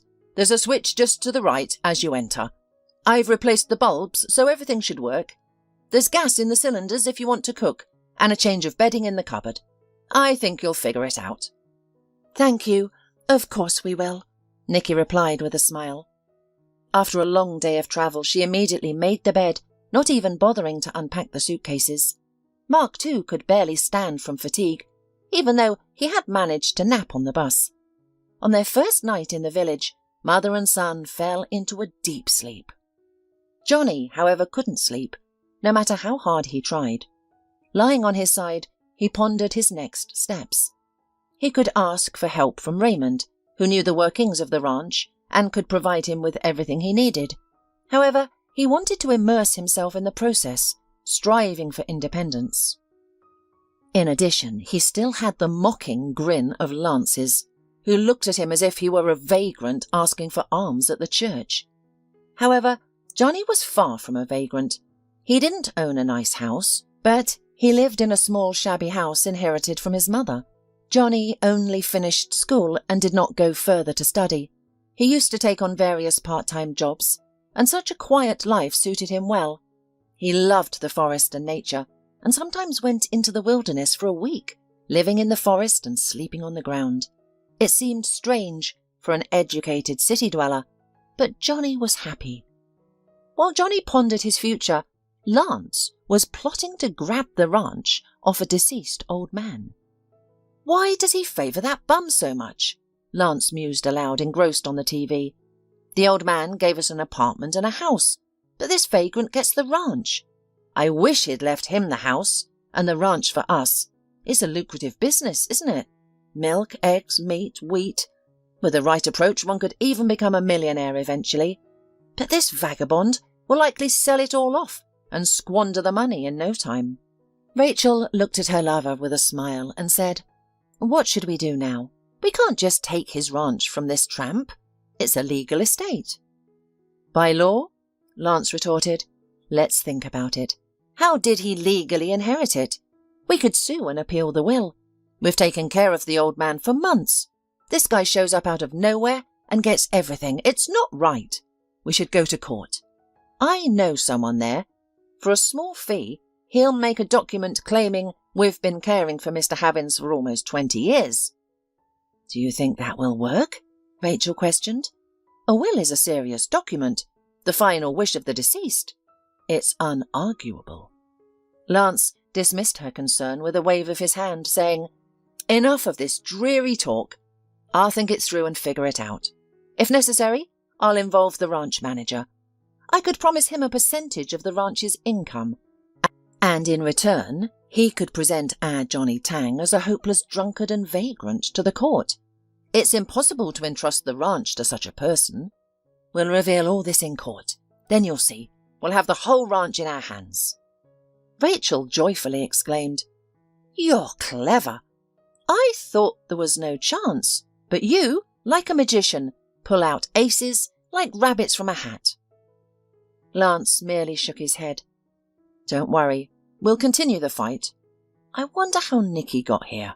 She probably just brought this beggar to the notary's office and doesn't really know what happened. But if she does, she's quite cunning. She must think she found her happiness among piles of trash. But we'll figure it out. The ranch will be ours, regardless." The next day, Johnny woke at dawn and went outside to observe the early morning activities on the ranch. To his surprise, it was already teeming with life. The shepherd was leading the cows to pasture. The poultry house staff were feeding their charges and refilling their water. The tractor drivers were checking the diesel levels in the fuel tanks, preparing for their day in the field. Gradually, Johnny began to feel part of this unified team. He recognized that the ranch operated like a well-oiled machine, thanks to the manager, even though he himself was clueless about the operations. He realized that he could learn it all in due time, not immediately, but eventually. To better remember the details, Johnny pulled out a notebook from his pocket, usually used for sketching landscapes, and began noting everything he observed. He recorded how many cows went to pasture, which stayed in the stable, and how much feed was given to the birds at a time. This wasn't done out of a desire to control, but to integrate himself into the workflow as much as possible. Upon seeing the new owner with a notebook in hand, Raymond smiled. This stranger isn't as simple and unreliable as he seemed during our first meeting. Maybe he'll do well. It so happened that at first, Raymond didn't like Johnny. However, when Johnny pulled a small wolf cub from his backpack, Raymond's attitude towards him changed dramatically. He had a deep love for animals. He often recalled a childhood memory of finding a wolf cub in a clearing. Fearful of his stepfather's anger, he didn't dare bring it home. When he returned an hour later, the cub was gone. Since then, Raymond had been plagued by guilt for not being able to save the cub. Half a day passed unnoticed in the troubles. During the lunch break, the phone rang in Raymond's pocket. Seeing an unfamiliar number on the screen, the manager took the call. It turned out to be Lance. "Raymond, is that you?" Lance asked, his voice laced with superiority. "Yes, it's me. What's up?" Raymond responded. There was a pause before Lance launched into his proposal. As he explained his plan, Raymond's forehead furrowed with concern. Lance's proposition was shocking, but it came with a significant financial incentive. If Raymond helped Lance remove the farm's new owner, his financial status could improve greatly. Once Lance finished, Raymond responded non-committedly. "Okay, I'll think about it and call you back in a couple of days." Lance attempted to continue, but Raymond abruptly ended the call. After their conversation, Raymond secluded himself in his office and began to draft a scheme on paper. This would help him understand and make the correct decision. Primarily, he wanted to uncover the truth about why the late Mr. Havins, who was being cared for by Lance and Rachel, chose to leave the farm to Johnny. He also wondered how this stranger was involved in all this. It took Raymond just under a week to discover the truth. During this period, he constantly avoided giving Lance a definitive answer, keeping him in suspense and preventing him from executing his plan. Raymond did this intentionally, as he had long decided not to betray Johnny. During this time, he began to see Johnny in a new light. No longer was he a transient with a guilty demeanour, scraping by with odd jobs. Instead, Raymond saw a competent manager, capable of not just casting stones away, but also gathering them together when needed. Much to the manager's surprise, Nikki quickly adapted to life on the ranch as well. She began helping farm workers on her second day in the village. To her great upset, the taxi park director decided to eliminate the only female from his team, giving her bright green car to another driver. Lance, acknowledging that Raymond was unlikely to support him, tried to fabricate documents with false witness testimony, stating that Johnny Tang was incapable of managing the ranch. However, he was met with a surprise. Raymond and Johnny presented authentic documents to court, proving that Johnny Tang was the late farmer's grandson. Years ago, Mr. Havin's son Ned left home following a dispute with his parents. He fell into bad company and ended up in prison, serving almost a quarter of a century with brief periods of freedom before reoffending. When little Johnny was only 10 years old, Ned was killed in a prison riot. Johnny lived with his mother all the time, but when he was 16, she died as a result of a work accident. The boy thought he was alone in the world and lived as best he could, adapting to the new reality. At the same time, his grandfather didn't know anything about his existence either. It was only shortly before his death that his son's former cellmate, with whom Ned was friends, was released after serving a long sentence and visited the old man. He was the one who told Mr. Havins that his son had had a girlfriend and a son.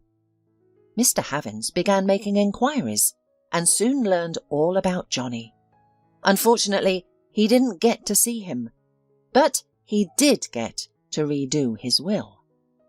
On his deathbed, Mr. Havins decided to leave his ranch to his grandson, while leaving his apartment and house to Lance and Rachel, fulfilling his promise. Lance, having suffered a fiasco, finally quarrelled with Rachel during sharing apartment and house with her.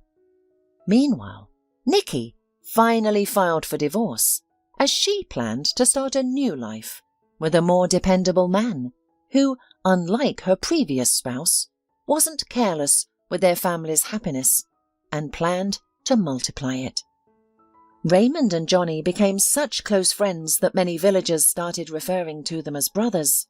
When he reached maturity, Fang left for the forest, answering the call of his forest brothers in a place abundant with game and where hunters don't harm animals without good reason.